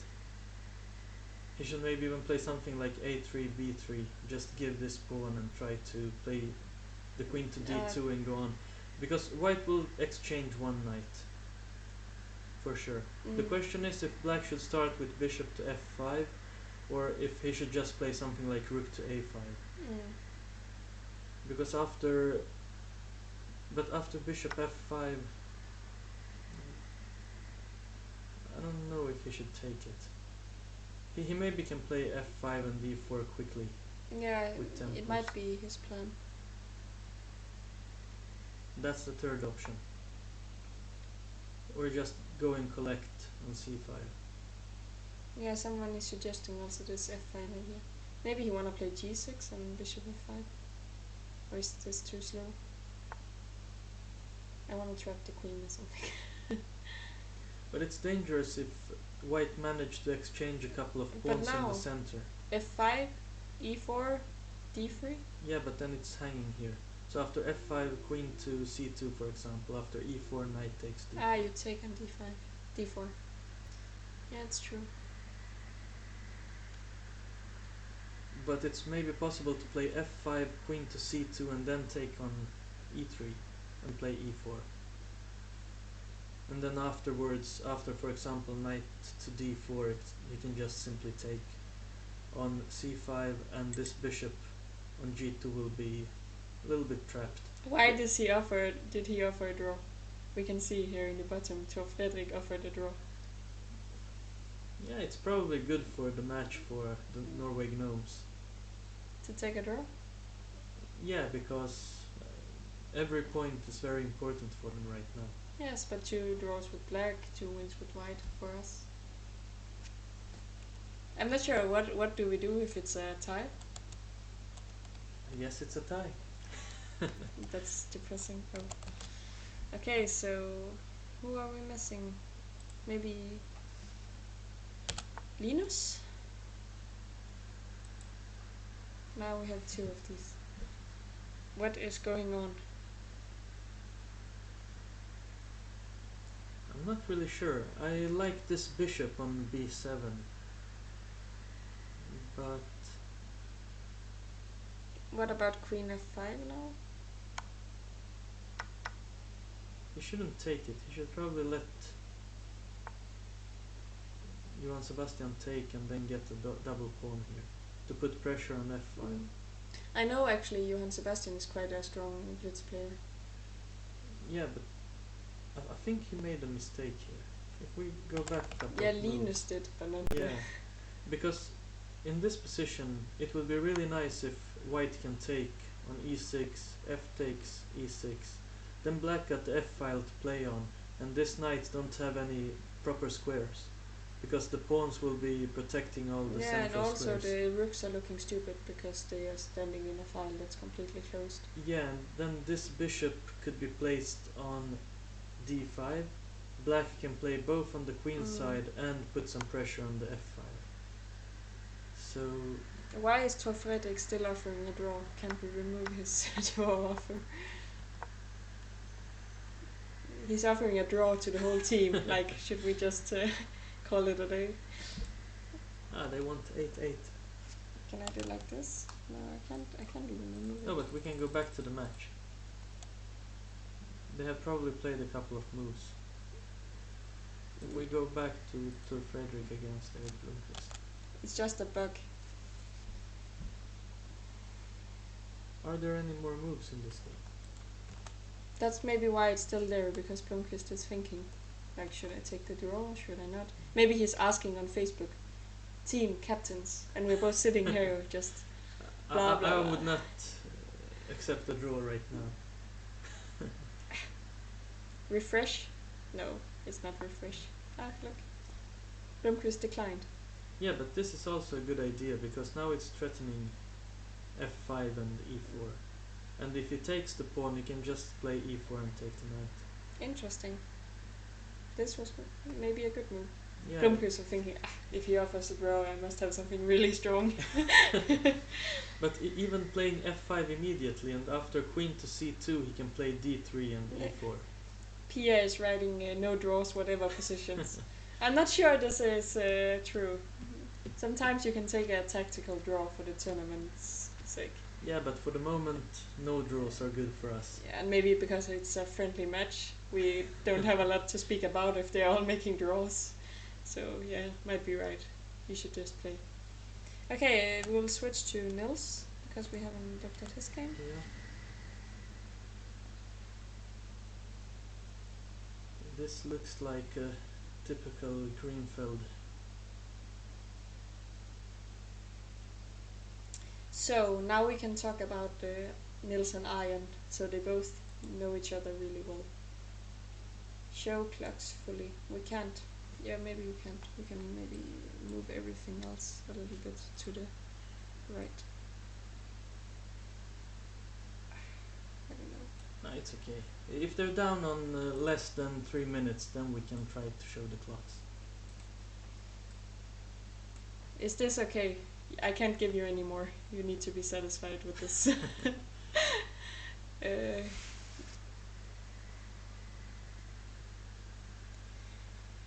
Push pawn and place bishop on c5.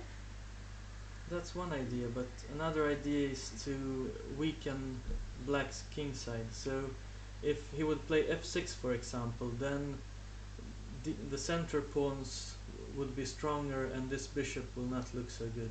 And at the same time there will be more weaknesses to play against. So this is just an irritating move for black. Can't you play rook d6?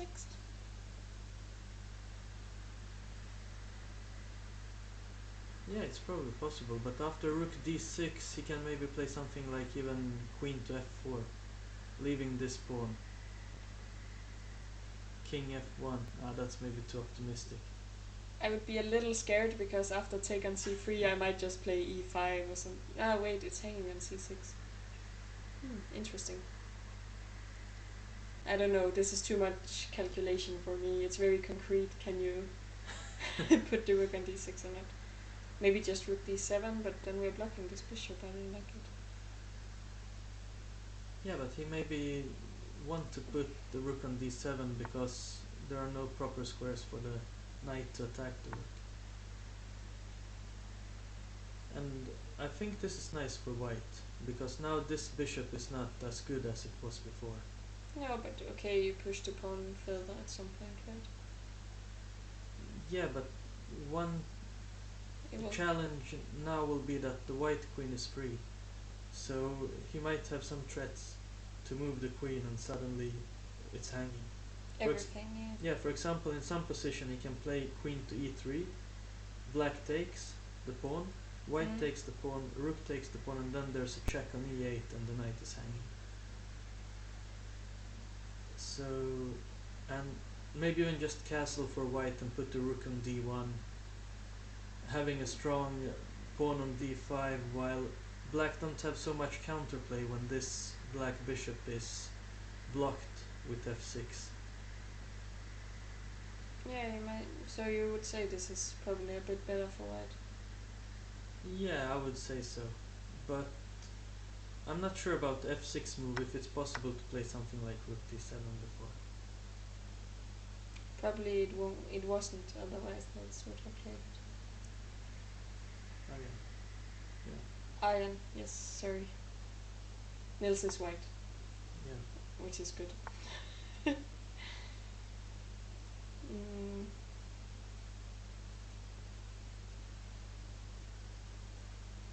Yeah, this pawn is getting dangerous now.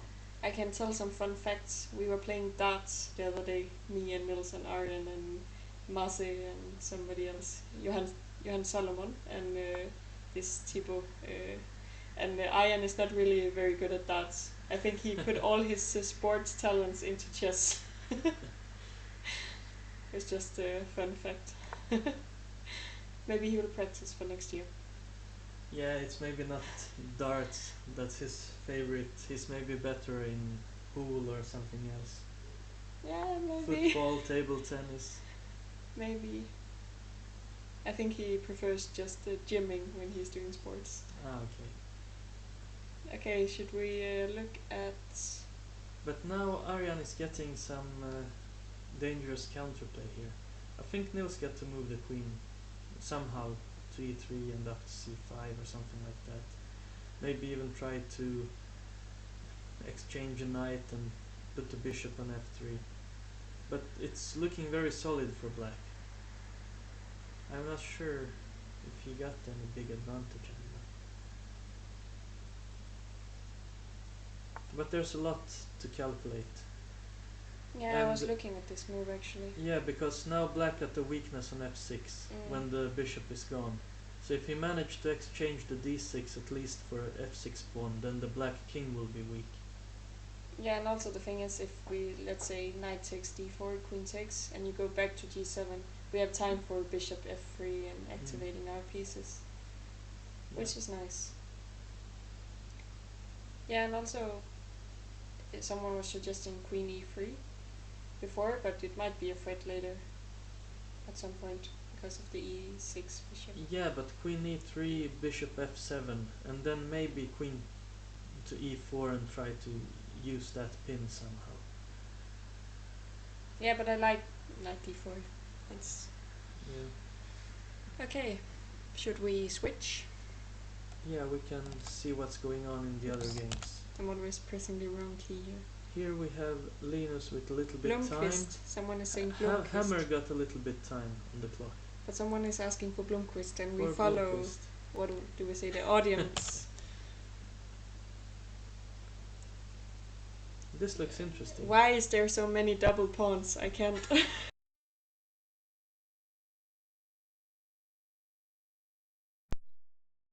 Pawns pretty and stuff like this, and here it's just chaos. We can discuss this thing. Is a double pawn 1 pawn island or 2 pawn islands? Because if you lose one, there is still one left. Yeah, I would say it's 2 pawns island. Yeah, then it's even worse, right? Double pawns are just extremely bad. Yeah, but I like black's double pawns here. Because these ones are not that weak and they're creating an opportunity on the a file.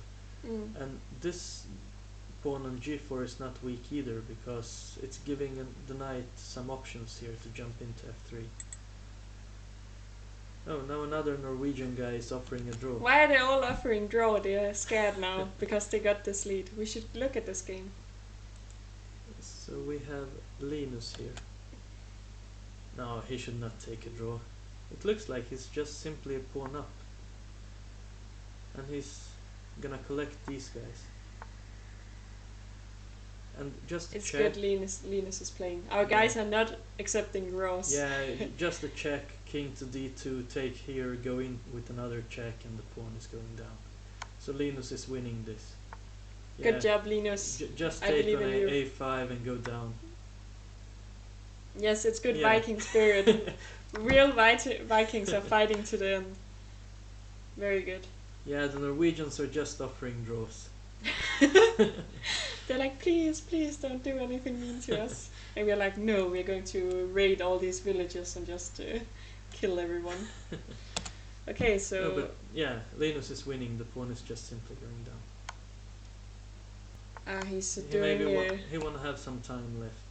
This is really smart. Wasn't it But Ulf Andersson who always did this? Why did he take that pawn and not just go and... Okay, if he goes down, he got rook to a4. Yeah. But this should just be winning. Yeah, right? this is also winning. But now the rook to f1 is protecting a bit. Maybe rook to b2. Start putting pressure on this one and then rook e2. No, we don't want to put the rook in close to the king. Okay. So now white got to decide what he's gonna do, and now even d2's coming. The b pawn is just falling. This is simply winning. We can go to another match. Yes. Linus got 3 minutes on the clock. Maybe Jonathan. What is going on? Every time we click on a new game, I'm just like, what? Just a second. The rook on h1. It's really good at protecting, I would say. If you remove it, it's mate immediately. But maybe if it was on g2, it would be even better. It's like a fianchetto rook. Yeah, I would like it on g2 because then it's pressure on the g file and it's protecting everything. So if you could put the rook from h1 to g2, that would be a really good move. I'm not sure what's going on otherwise. It's 246, 246. It's equal material. That's at least something. But I would say it looks a bit scary for white, but I'm not sure if it's just an illusion because of this. Yeah, the strange thing is the rook here, but as soon as black starts moving his heavy pieces from the h file, the king can just go to g2 and then the rooks are free again. Exactly. And at the same time, white might play something like f6. But now maybe take the queen? He didn't want to. He's playing for a win for sure. Yeah, now sometimes he's just threatening taking the g6, h7 and taking back with the rook on d7. Queen d7 might be a good move because... Yeah. Oh, I didn't see this pawn on d4. I was like, take on d4. There's a pawn in the way. Yeah. The queen can't jump, it's a rule. But the question if he should just take the pawn on a6, threaten the rook, threaten the next pawn, because it seems like black is not... Okay, he's threatening the rook here, so he had to protect it. No, I think this is a good move. This is completely unclear to me who's doing better. Yeah.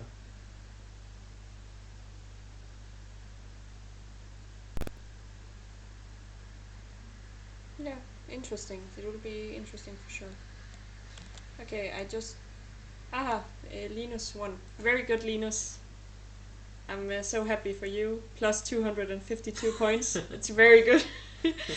And also you played a good game. So we're 1 point closer to equalize this game. Yes, let's look at Fredrik and Blomqvist. So Fredrik tried to offer a draw and Blomqvist just declined.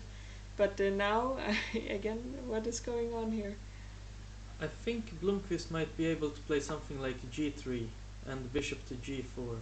No, Blomqvist is a pawn grabber. He's going to take anything that's hanging. Like one rule that's really for sure.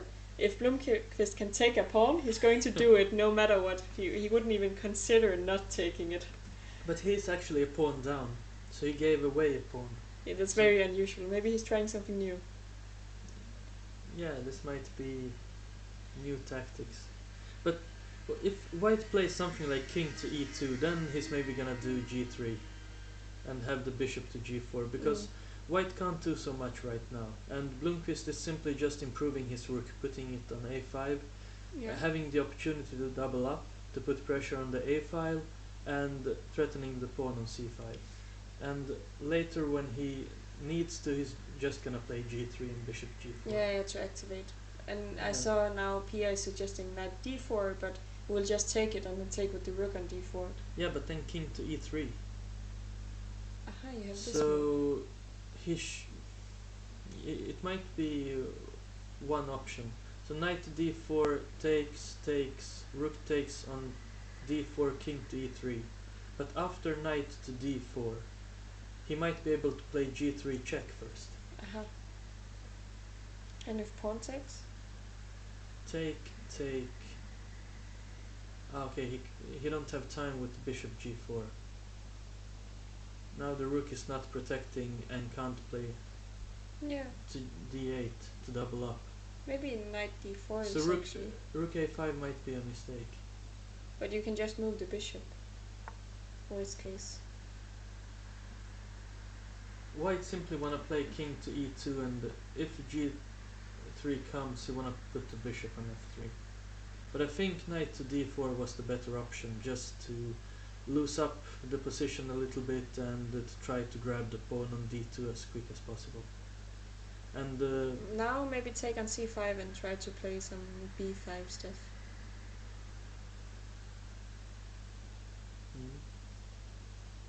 yeah, now it's hanging c5. Okay. But after taking on c5, knight to d4, and the same idea. Now I want to play b5. Come on. Yeah, that's a good idea. b5 chaos. b5, And it's a double pawn. We don't want it. Yeah, b5 he takes on d2, takes and takes on c4, and in the end these two pawns will not be that strong, while Eric will have 3 against 1 here. Yeah, I think it's So at least a good chance. Yeah, But Eric is very low on time, though. he got to speed up a little bit. Flower Fox. It's his what is called extra name. We call him Flower Fox. Blomman. It's also one of. Oh, I'm constantly. We, Jonathan won. We are making comeback. yeah, this is good. Oh, sorry. So we got 2 points. Just a quick look here. You can go back a little bit up there. He won on time. Even better, he flagged him. It's maybe good to play fast sometimes. I love when people get flagged and. But whose Should we zoom in? move is it? Okay, Jon Ludwig could maybe play something like f5, try to exchange a pawn, give away this pawn and exchange another rook.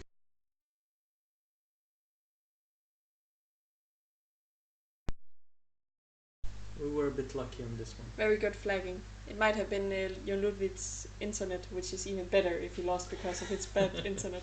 Nah, that's not fun. No, we're just joking. Okay. We can go through that game a little bit later. Let's see what Nils is doing a little bit quickly here and then go back to Blomqvist. So Nils is up on time a lot. And he still got the dangerous pawn on d6, but Arjan is starting to push his queen side. And these bishops, they look really dangerous. Yeah, but White's bishop are quite strong as well. This looks scary. Yeah, Nils got some activity. The question... Now I want to play bishop e5. Yeah, but the question is if black can sacrifice the rook here for the bishop and pawn.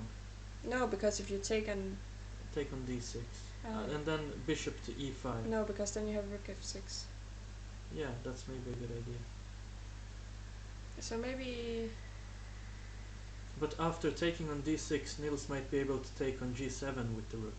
King takes and then a check, and the rook is hanging. So rook, if we go back a move, rook takes d6, rook takes g7, threatening mate. He got to take the rook and then queen h6 check. He got to go up and then it's a mate behind. Going into the corner is another mate. And so you couldn't take on... So you can't take the pawn. But now, bishop e5. Yeah, that's a good move. You can't take on d5 because we'll take... It should be made somehow. Well, bishop e5, can he take on e7? Probably not.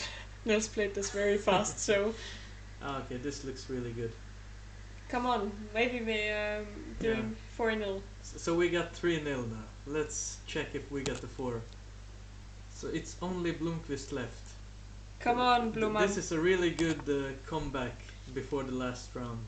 We lost the second round with 4-0. And then now we got 3-0 in round 3. And it's Erik Blomqvist left fighting for a victory here. But he's low on time. Very low. I'm not sure he's fighting for the win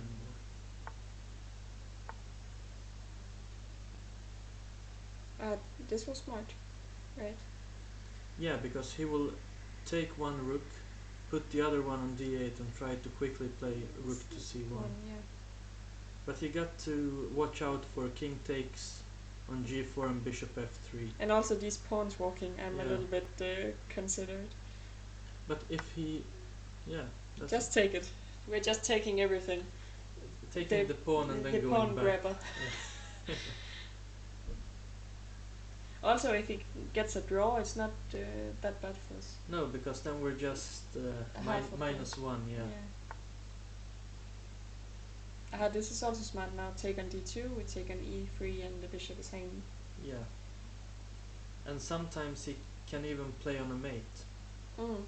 Yeah, the king is a little bit exposed with these two rooks. Yeah, for example, bishop back to g2, he can maybe just play something like h5 and threat rook takes e3.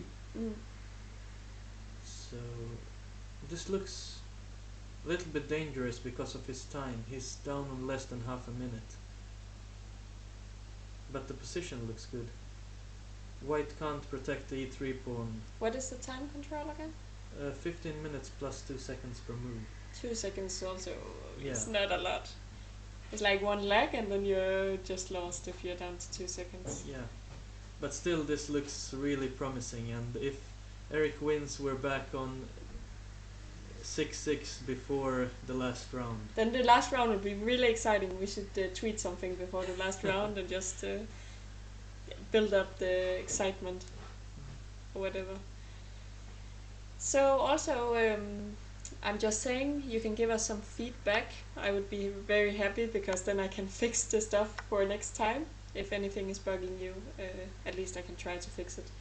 Yeah. And yeah, if you enjoyed our stream, you can also say, because then we will try to do more. What is going on? For example, go and collect the rook and then play the next rook to f2. Check first. Yeah, that's good. Then collect this rook and then play the other rook to f2. Or maybe even do some kind of checkmate over here. He don't have so many squares for the king. I think he got to go back to h4. Then one more check maybe. We are also threatening rook h5 and take the bishop.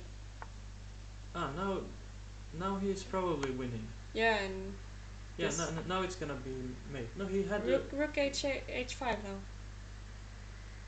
He should have done rook h5 first.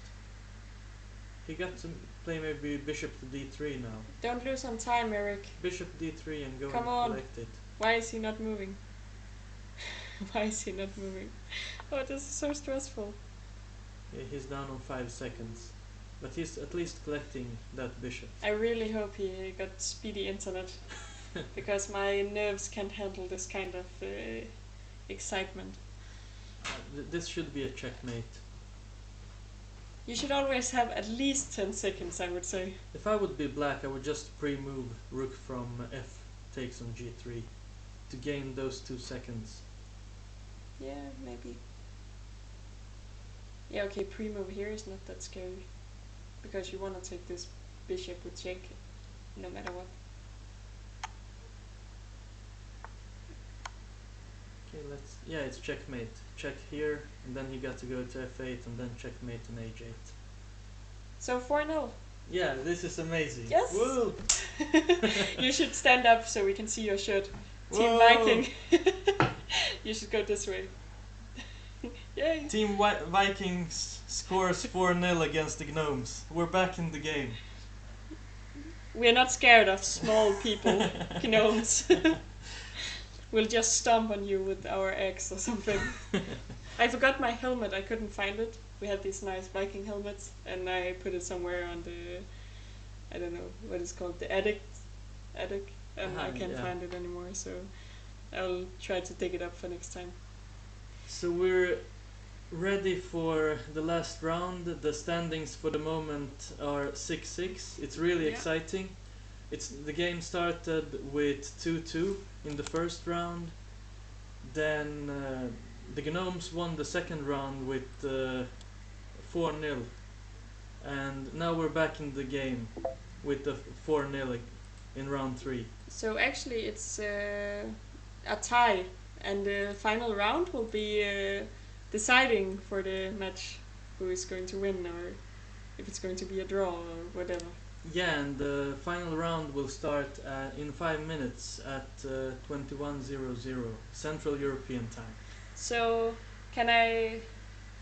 Are we going to tweet something? You can speak. I'm not sure if you can see the Twitter. No.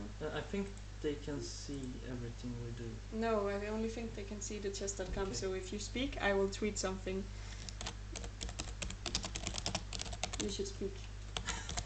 You should talk about our players or something. Yeah, we have a small edge on the last board where Linus Johansson is playing Tor Fredrik Kosen, and that's probably where the biggest advantage is. We have 100 elo points advantage on that board. But overall, it's about equal. The Gnomes got 25-45 in elo over the 4 boards, while the Vikings got 25-52, which is just 7 points more. Can I? Oh, sorry. Speak on. Can I tag them? I'm going to be really fancy. Yeah. Norway Gnomes. And we will see who got the strongest hammer in the last round too, because we have a huge match between the 2 seconds of Magnus. It's John Ludwig Hammer, the Norwegian Hammer, against Nils Grandelius, who is Thor in the Vikings and also got the mighty hammer. Should I send a link to our stream? Yeah, we can do so. And we will shortly go through the pairings, the complete pairings of the last round, just in a minute or two. How do I find our stream link? You put it somewhere.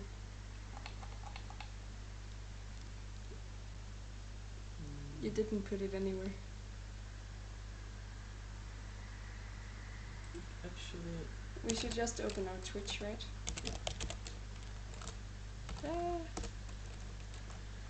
Malmo Here it Vikings. Yeah. Copy this. So I'm just making sure that everyone is got the possibility to follow our. I'm just making sure that everyone is. Now I'm going to close this because otherwise we're going to hear ourselves like this, and I'm going to find now the players because they started. So just in time. and we are back. We can go through the pairings for the last round. Yeah, you can speak and I'll find the.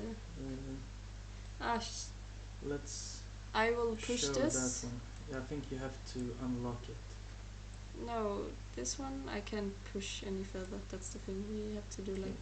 You can take the chat down. Yes, I'm going to push it here, and then we're going to go like this. Okay, and round 4 and the last round has already started. We have John Ludwig Hammer, white, against Nils Grandelius. Arjan Tari, white, against Jonathan Westerberg. Erik Blomqvist, white, against Johan Sebastian Christiansen. And Linus Johansson, white, against Tor Fredrik Kosen. So Nils is not playing. yeah, they're yet. probably starting in 2 minutes. We have Jonathan playing. Maybe Nils is trying to make sure he's not picking the wrong color this time. Yeah, we were a little bit unlucky there in the previous round, where Arjan and Nils started with the wrong colors because Arjan, of course, wanted the white pieces. But we had to restart that game. So now I'm just waiting for Nils to start, and we have all games, so I can. Why is Nils not starting? I think it's the hammer that is waiting with the challenge until 21:00. So we're just 1 minute away from that game. But we can start looking at another game. Yeah, it's just. Then I need to fix everything again. But yeah. So, you wanna start with the. Yeah, we have Linus here. He's gonna try to use the c-file and put pressure on this c6 pawn, jump in with the knight on this nice square on c5, while Tor Fredrik will try to push e5 and open up the file for this black bishop and put pressure on b2. And there are chances for both players. Hopefully Linus will win. It's just an opening. Yeah, this is Yeah. just the start. There's a lot still to happen. I think this is theory, right? Yeah, so far. At least I've seen it before. And let me use the mouse. So I just wanna do like this. Now we have all games, and I can go and make this perfect for you guys, so you won't complain about the clock. So we have the Norwegian hammer playing a safe opening. He played the bishop b5 against the Sicilian and took the knight on c6. Just to take it easy and don't play the sharp variations that Nils usually likes. And also it's a tie. It's 6-6, so every point is really important. And he might be scared of Nils Sicilian. Yeah, because this is one of the key games, and if Jon Ludwig would lose with white pieces, then we would have a big advantage. Yeah, of course. We have 2 games with white ourselves, and it's probably okay for Nils to just get a draw in this one. Yeah, but also okay, he for the should play match. for the win, of course. Yeah, So I think they should all play for a win, because you never know what happens at the other boards. You don't have time to check. Probably one of us shouldn't be streaming and instead be telling them the scores, but because it's a friendly match, we don't care. They have to just fight every game. but in this match, Nils will try to put his knight on d4, and Jon Ludwig, he will just double up on the f file and put pressure here. Yeah, Maybe jump in with the knight on g4 if you got the opportunity. if you got the time. Yeah. Yeah, Knight e6, and then we castle with black. yeah. Everything is safe. Okay, I'm just going to. Can you click on the screen? I just wanna look at Vesterberg, because he got the white pieces. No, he's not. He's black. Yeah, he's also black. Ah, it's true. But this looks safe.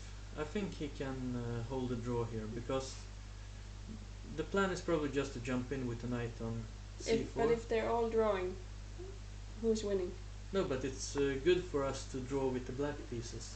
Draw with black, win with white. Is that the tactic? Yeah, I think that should be a good tactic for the last round, because Jon Ludwig is a very stable hammer. Yeah, but he's not force hammer. Yeah, but no, I'm not really sure about that move. Rook b8. Could he play knight to b6? If he takes, okay, he just takes on b, Yeah, then takes, and this pawn will be hanging. exactly. So he's moving the rook and protecting the pawn on c6. After a5, he's jumping with the other knight via e8 to d6 and c4. Yes.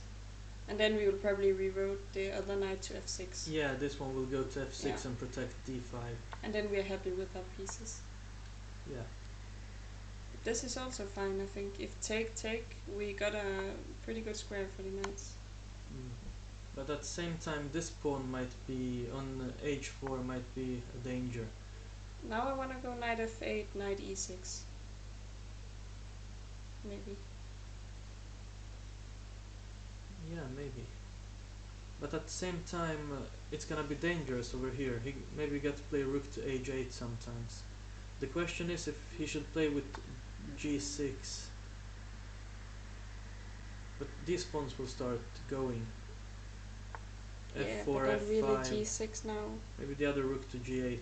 Just hold the position. Yeah. Okay, this is boring. I'll go to another game. Yeah, this will be Aryan pushing for a win, and hopefully Jonathan can hold But the draw. Jonathan is very good at holding stuff. Yeah, so I hope he can hold the draw. Let's move further to Erik. He's been playing very nice games. Eric's really strong. He's our new addition to the team, and he will take us to the Pro Chess League. Yeah. This year, it's going to happen.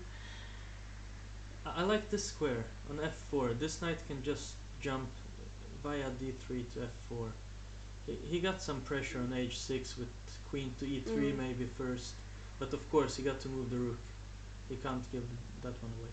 I'm not really sure about putting it on c3. Maybe c2 was better to have queen to e3. Someone called me captain. Captain, my captain. Dead Poet Society. Yeah, it's good. Yeah, of course we're going. At least we're going to try really hard to get in. That's also why partly we started with all the streaming and stuff, because Yeah. it's getting tougher to get in. So Yeah, and we have some really good new recruits, and Eric is one of them. only one of them. We have more, but we are saving them to keep it a surprise for the viewers. But you can follow. Actually, I should say you can follow our Facebook and our Twitter, and we will update when something exciting happens. So, and we have all these player profiles where everyone get a Nordic guard, a Norse guard, I think it's called, and we write a bit about them, and yeah. So, okay, what's going on? It seems like Johan Sebastian is trying to buckle up, or what to say, on the c file. Try to exchange a little bit to lose the pressure. So I would like this rook to go all the way down to c2 before, just to be able to play the queen over to the king's side. And attacking. Yeah, just to make it harder for black to come over here and exchange. But rook c2, can you take on d4? Or we're not scared? Yeah, but it was earlier. No, but now actually rook c2 you can play now. Yeah, it's still possible, but No, but why? It's not. It's still really in good. this position, I didn't like losing this tempo, putting the rook on c3. Rook to c2 and then knight the queen over to e3, and then jumping in with the knight was probably a little bit better. Yeah, okay, but still here, even here, you can play rook c2. Yeah, it's possible.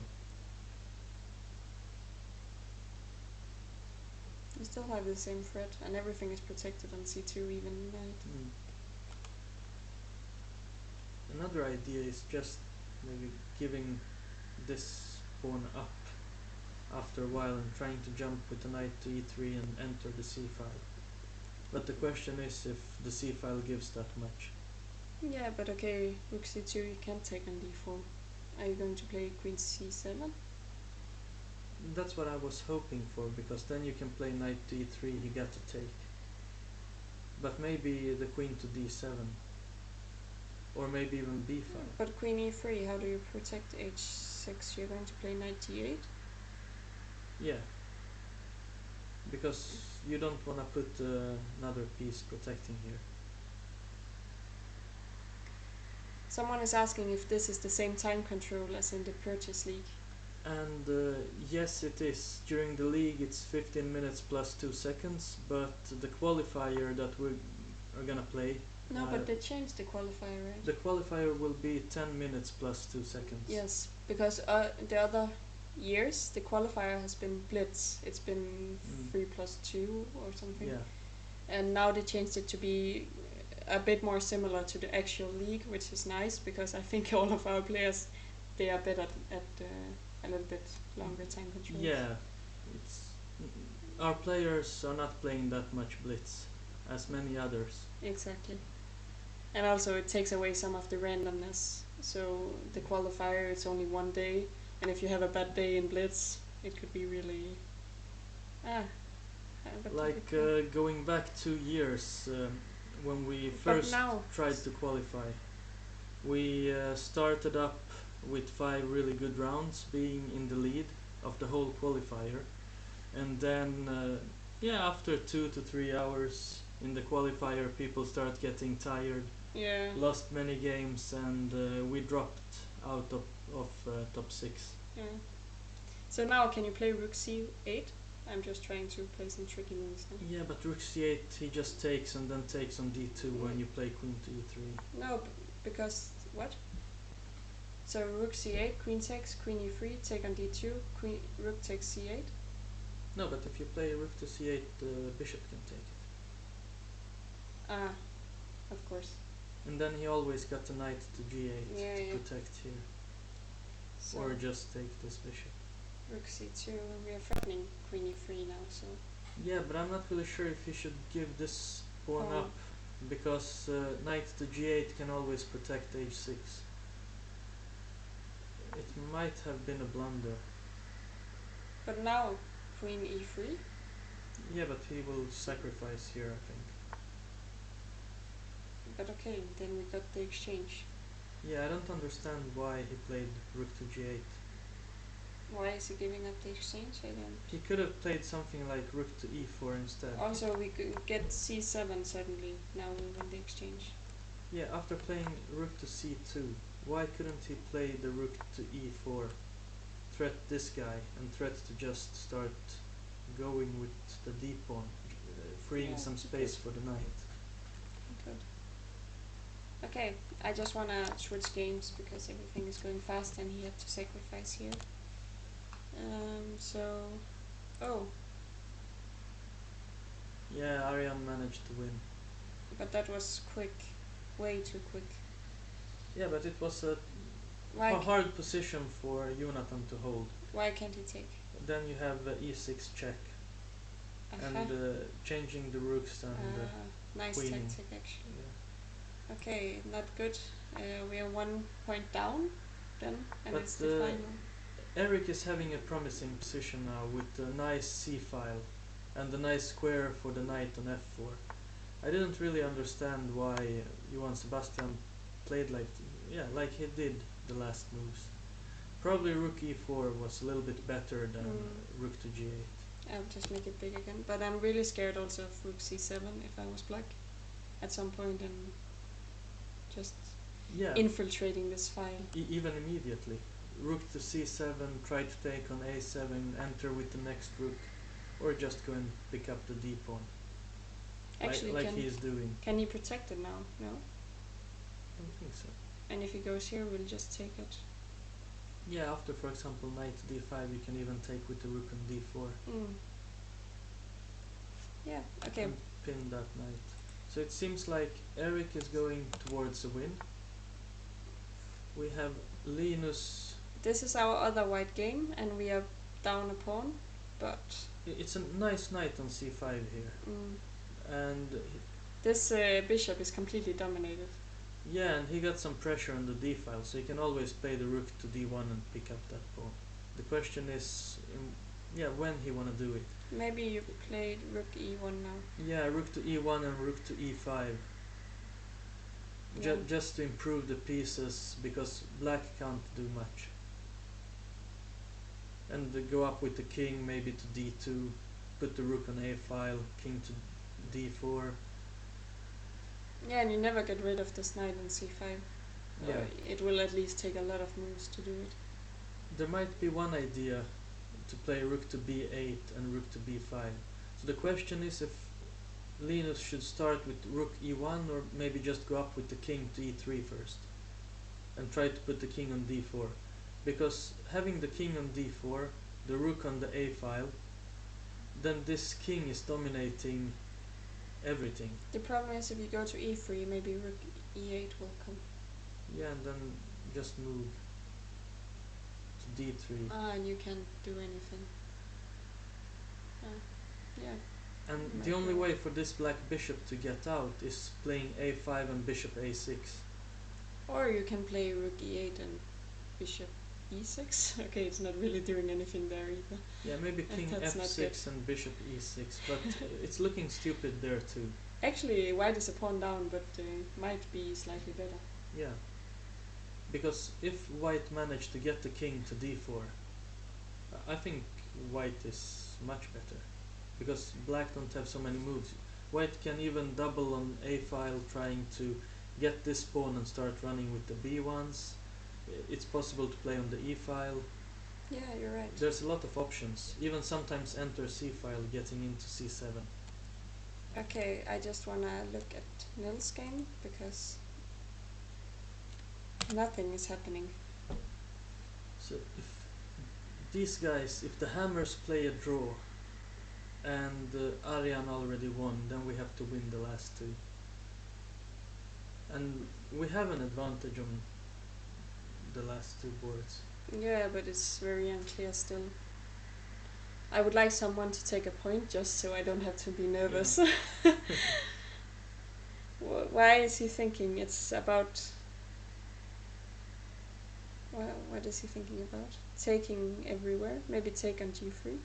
Yeah, but then rook 8 to e1, and this file is not nice. But don't you have time to like castle long or something? No, but taking this bishop, Yeah? queen takes, taking the next bishop, Knight. or taking the knight, then Yeah. queen takes, for example. And how are you gonna take this one?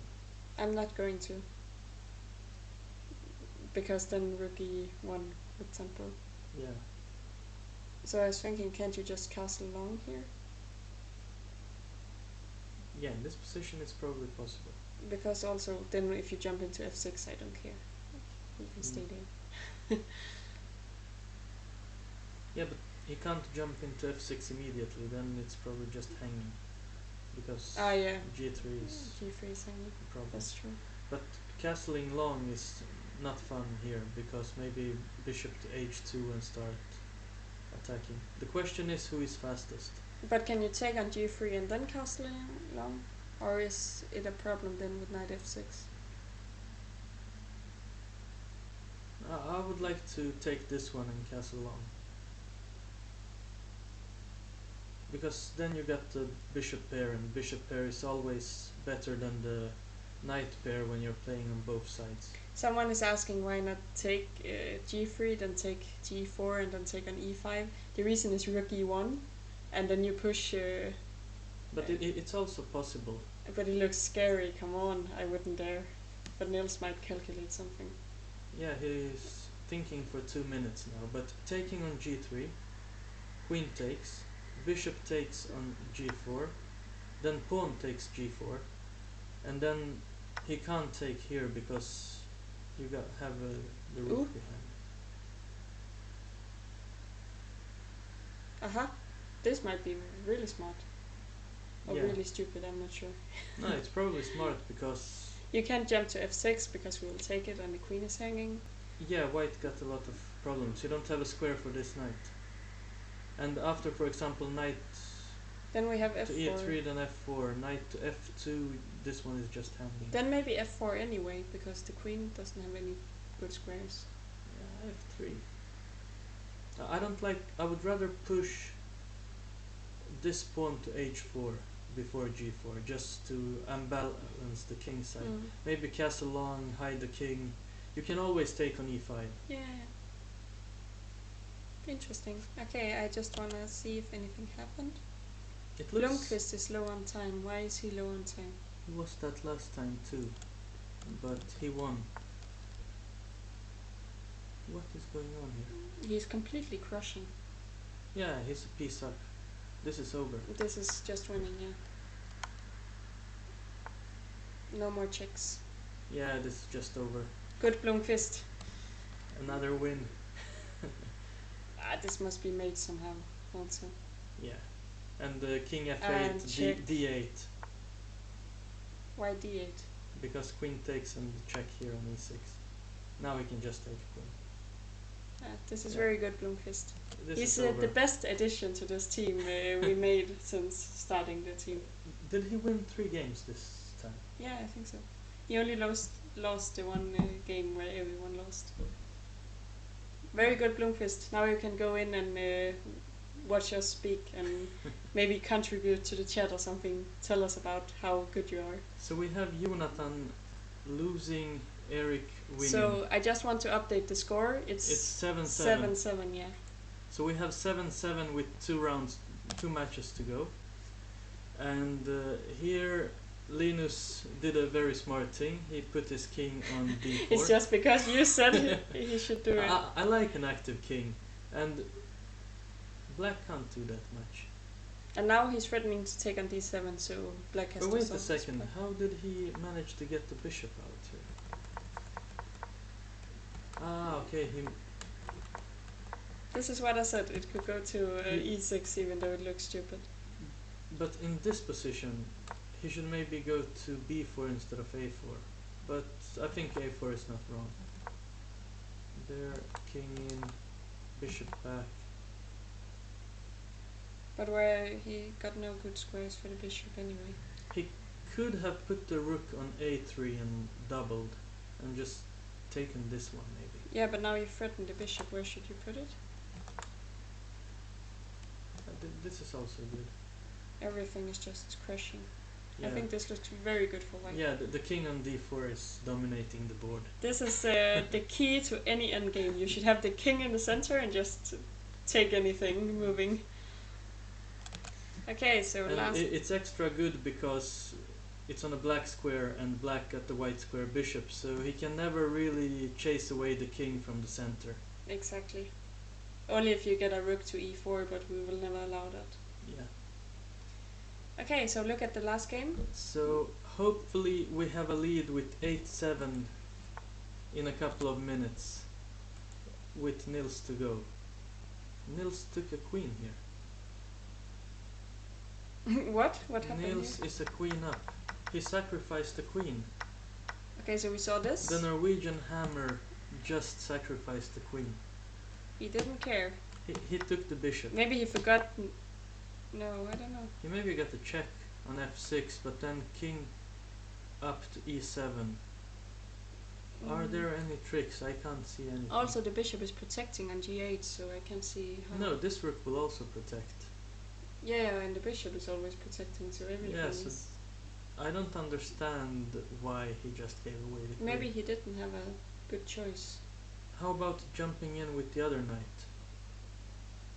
Do we have any good squares for the black queen?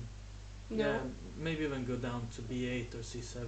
I would just, yeah, exactly. And Move it's it a safe. long way back. Yeah, and the king is safe on e7, protecting the bishop, and there are no good knight checks. But maybe white is trying something like rook e8, e1 again, and try to pin everything. But king e7, and everything looks protected. He can always go down with the queen, and even if he doubles on the e file, he can give away the queen for the two rooks and the bishop. So then he's just two rooks against two knights, and it's easy winning. Like even the queen for one rook? Yeah, almost that.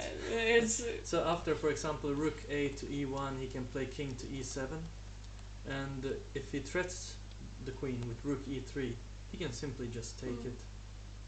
And knight takes and take on g7, and Who is now believing in the Vikings?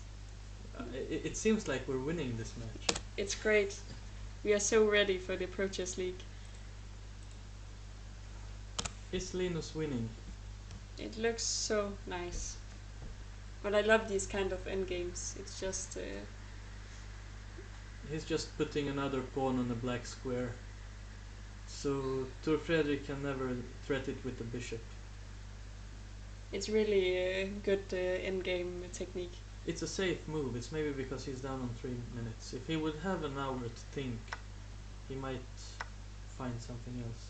What is a typical Norwegian combination? What is... Okay, now check on c5, and it's just... The question is if he is gonna check here first, or maybe rook a1, go back, and then knight c5 check and take. the pawn. Yeah. That's smart. Because the pin again. Yeah. It's a typical Norwegian combination what Jon Ludvig played to just sacrifice the queen for nothing. Very smart.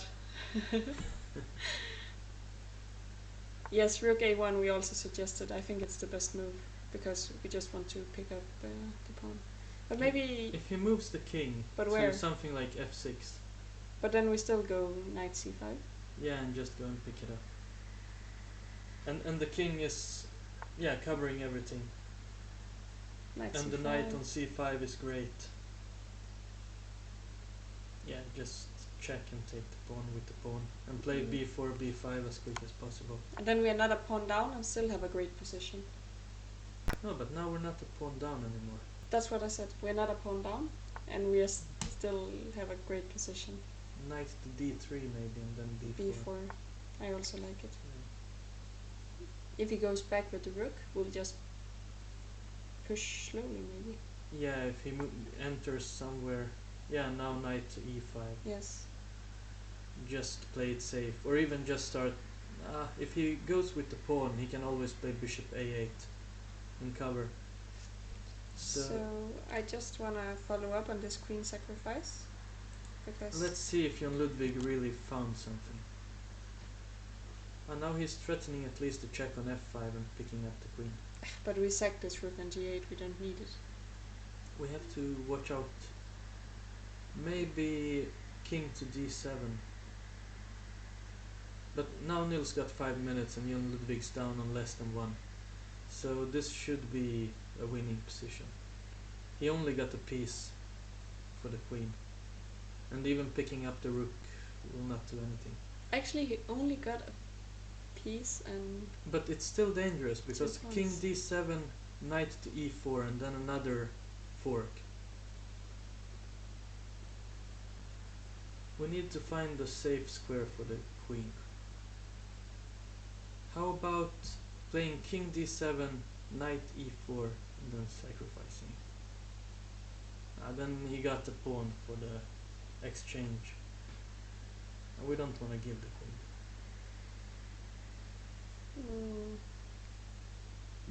But do we really... Can we move the queen immediately? How about Queen c7. queen c7? Then just check here with the rook and picking up the queen. Queen d6?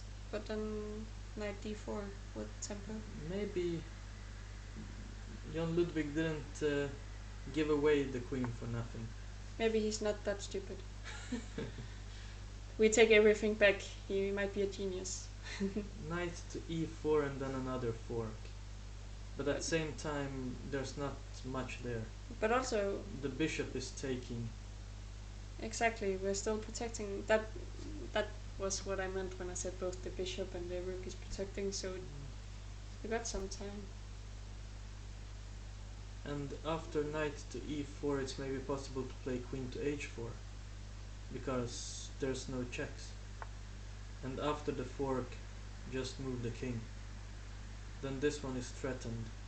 The only thing I'm scared of is... And the rook on e1 is hanging after, for example, a rook f8, after taking the rook. But where do you want to go with the king now? Maybe c7. But then it's hanging on e6. Okay, d6 is better. Yeah. But now if he checks again... After the check, I then will go to c7. c7, then b7, and we go to a6, and we are completely safe. No, just take with the bishop maybe. But he got plenty of time, so this should not be a problem. Sure, this pawn is a little bit dangerous all the times, but he got the check on d4 to pick it up later maybe. Even after bishop takes g8, knight will not take here. No, I would say bishop take.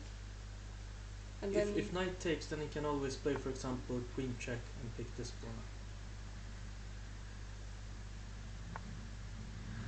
aren't we safe here? It should be safe. Yeah. Yes. Okay, so now Linus should Now just... we got 8-7 and we need half a point from Linus. Should I get Nils to speak a little bit? Let's see how this will end first, and then we can have a chat with Nils. Maybe he wanted to commentate on this brilliant endgame. So, in the end, the Swedish hammer is a little bit stronger than the Yes. Norwegian one. Yeah, Very good. that's great. So we got 8-7 and a winning position for Linus. Jon Ludwig was not very happy because we were sitting at he was also playing extra con and we were all sitting at breakfast, and then someone asked, "Oh, Nils, are you really you must be the second highest rated in the Scandinavia, right?" And I was like, "By far," and Ludwig was just sitting there like, ah. So I'm teasing him a bit, but he can take it. Now you're threatening rook b8 and... Yeah, everything is winning. So you got to Winning. sacrifice the rook and then take here and then check on c7 and picks up all these pawns. The king is simply, taking out all counterplay. So I think Tor Fredrik will probably resign very soon. But what is the score now? So we are... After a win here we got 9-7. So 9-7. The Vikings... It seems like the Vikings are beating the Gnomes. You see, there is no counterplay there. And Nice, it's we over. won. Whoa! Yes. Give me a pass. This And is we great. have the match is over. It's 9-7 in favor of the Vikings. But what did the Gnomes think? Without Carlsen, they have nothing. It's like... Ah, we had a bad second round with the 4-0 for the Gnomes, but after the second round, the Vikings came back. Nils, you can sit here. And Just speak a little bit before we close down. now we have the best Viking of them all with us. Nils Gandelius, Thor in the Vikings. What do you think about the game? The match, or I mean, Even the game against the Norwegian Hammer. You can take the the game. Norwegian Hammer. Or the whole match. Well, I think it was not that interesting. I mean, the most interesting thing was when I was already a queen up, I think. Because somehow we had 2 knights and it was not so easy to sort of, I want to give like 1 rook for each knight and then I'm easily winning, but it's not so easy to do. I think he just missed this one trick with f5. Yeah, I actually thought that he prepared this line. Because he knew he's gonna be white against you in the last round. Who knows, yeah, but And he's probably afraid of your sharp Sicilians. it's completely standard though, so I mean. So this far everything is normal. Yeah, it was a bit confusing because first he went back and forth with the bishop and then also with the queen, so like sort of lost many tempi. Should the bishop really go to g3 and not e3? Okay, e3, both are possible. I think both have been played. Okay. It's quite normal. So yeah. It seems like you're getting a couple of tempos. Yeah. Because usually I've seen white playing with bishop on e3 and doubling up on the f5. Exactly, yeah. No, he's a bit slow here, I think. Yeah. But the only question always in this position is if white plays some e5 and knight e4 and coming to d6. But this looks a little bit silly because going back 4 yeah. At least play queen f2. I mean, something. Yeah, because now it seems like you just improved. Put the knight on d4 and the queen on e7. e7. No, I was quite happy. Yeah. Okay. But here it was sharp, despite all my tempis. But g5, okay, it's probably quite normal. I mean, if he doesn't play e5, it doesn't make so much sense, I think. Is it interesting to put the knight on g4 first, maybe? Maybe. Let you take it, but yeah. you probably won't do that. No, I will castle on probably. Yeah. Not sure. But okay, what happened was quite nice because I had this small trick that after queen c7 here that I'm threatening to take and play f5. Yeah. So I mean, after knight f3 I would do it as well. And otherwise it's not so easy for him to keep the pawn on e5. But even in... okay. But do you know what he should have done? No, he's just probably losing a pawn. Because... yeah, it's probably wrong to play e5. Yeah, it's probably wrong, yeah. Because now he's lost 2 or 3 tempos. Yeah. And going into a very sharp variation. But what else? It's not so easy to say. Some slow move, yeah, rook a1 maybe. Yeah. Yeah. No, I think after I get this f5 it's probably just over. Yeah, here you can just simply take it. Yeah. And f5. We were even thinking about castling long. It's possible, but then he gets this knight e4 and knight to d6. It's not so clear. Oh, okay. Well, after f5, if yes. he goes like knight f2. Yeah, I mean he can move the knight f2, let's say, but I will just pick up this pawn on e5. Yeah. Then castle long, pawn up, 2 bishops, huge attack. Yeah. Should be actually just game over. I think what he did was the best chance because like 2 knights, but but of course I mean this queen is quite huge. Yeah, I don't know.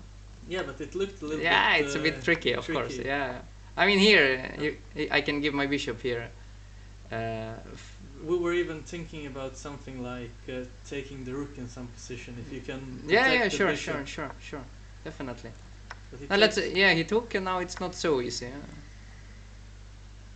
I mean, let's say he plays rook e3, then I can even maybe just take it. Yeah, and that's what we were thinking about. But take an h6. Yeah, but problem is that also he's threatening rook f7 now maybe. Yeah. It's not so easy to handle. What did I do? Yeah, I have to do it, otherwise rook f7 Yeah. is huge. We were even thinking about something like queen b8. Yeah, but then probably, I mean, it might be really dangerous. Now, the problem for him, of course, is that even if he gets this exchange and the next exchange on g8, Yeah. he's still lost. So We were discussing if he would maybe even double on the e file. yeah, but You it's can give very the queen slow. and bishop for 2 rooks. Yeah, exactly, and I'm just winning. So no, of course, with queen up, it should be over. But Yeah, but you played really precise here and May- nice may- with yeah, maybe. king d7. okay, king was d7 is important. probably- Yeah. that's the only move. Hmm. Yeah, queen to h4. Now Yeah. you don't have any proper checks. Yeah. I mean, I just have to keep my bishop protected. That should be it. Yeah. I mean, his best chance is to take probably twice on. But I took with the bishop. Yeah, Yeah. and it's not that easy. Yeah. You always got to check on d4 Exactly, and pick up the pawn. exactly. Yeah, this extra tempo is like if he takes immediately knight f takes g8, then maybe I will play as queen d4 and queen takes g7. And Yeah, I'm winning one knight, I think. and it's too much if you sacrifice the rook. Yeah, I mean at some point he has no pieces at all left. So. Go all in. Yeah, Yeah, then he don't Yeah. have any proper yeah. So. ideas. Mhm. How about the check on e8? Yeah, with the then knight? yeah, maybe I just take it. I thought and. Queen Okay. d4, queen takes g7, and Yeah. I have queen and bishop against 2 rooks. Should be winning. Yeah, and you have a really nice square on d5. Exactly. basically. Yeah. No, it should be. But I mean, it's not that easy. I mean, here he could also play knight e8. I would probably just take it and take on g7. Yeah, that's probably the last chance. Yeah. He gave up here because Well, he lost on time actually. Mm. Yeah. Okay, so do you have anything to say now that you won the match? No, of course, it was expected result, but yeah, it was a bit shaky there after our 0-4 in second round. But Typical Vikings. yeah, typical us to fight back very well. What was last match was finally 3-1. yeah, so we Yeah. scored 4-0 in the third round and we're back in the game. Yeah. And then took a safe victory in the last round. Yeah. We were actually discussing a little while that it might be a good idea for you to take a draw. Because Linus was completely winning. Yeah, both Linus and Derek were having really good. But also positions. with queen up, it's a bit strange. I mean, Do like me, offer draw when you have piece up. exactly. Okay. Okay. But I think that's it for this time, and we look a lot forward to probably playing the qualifier. We at least hope to play it. Maybe another training match before. Yes, we are. Yeah, I will possibly. speak about this. We are possibly playing a training match against the Riga Magicians, right? Yep. Yes. So we will also stream from that and do the same show, and I will probably improve our streaming stuff before then. But it was fun to commentate, and we hope you enjoyed. And you're welcome to write anything, both positive and negative feedback. Yeah. Congratulations on the victory. Yeah. Thank you very much. Thank you everybody for watching and have a nice evening. Bye. Bye bye.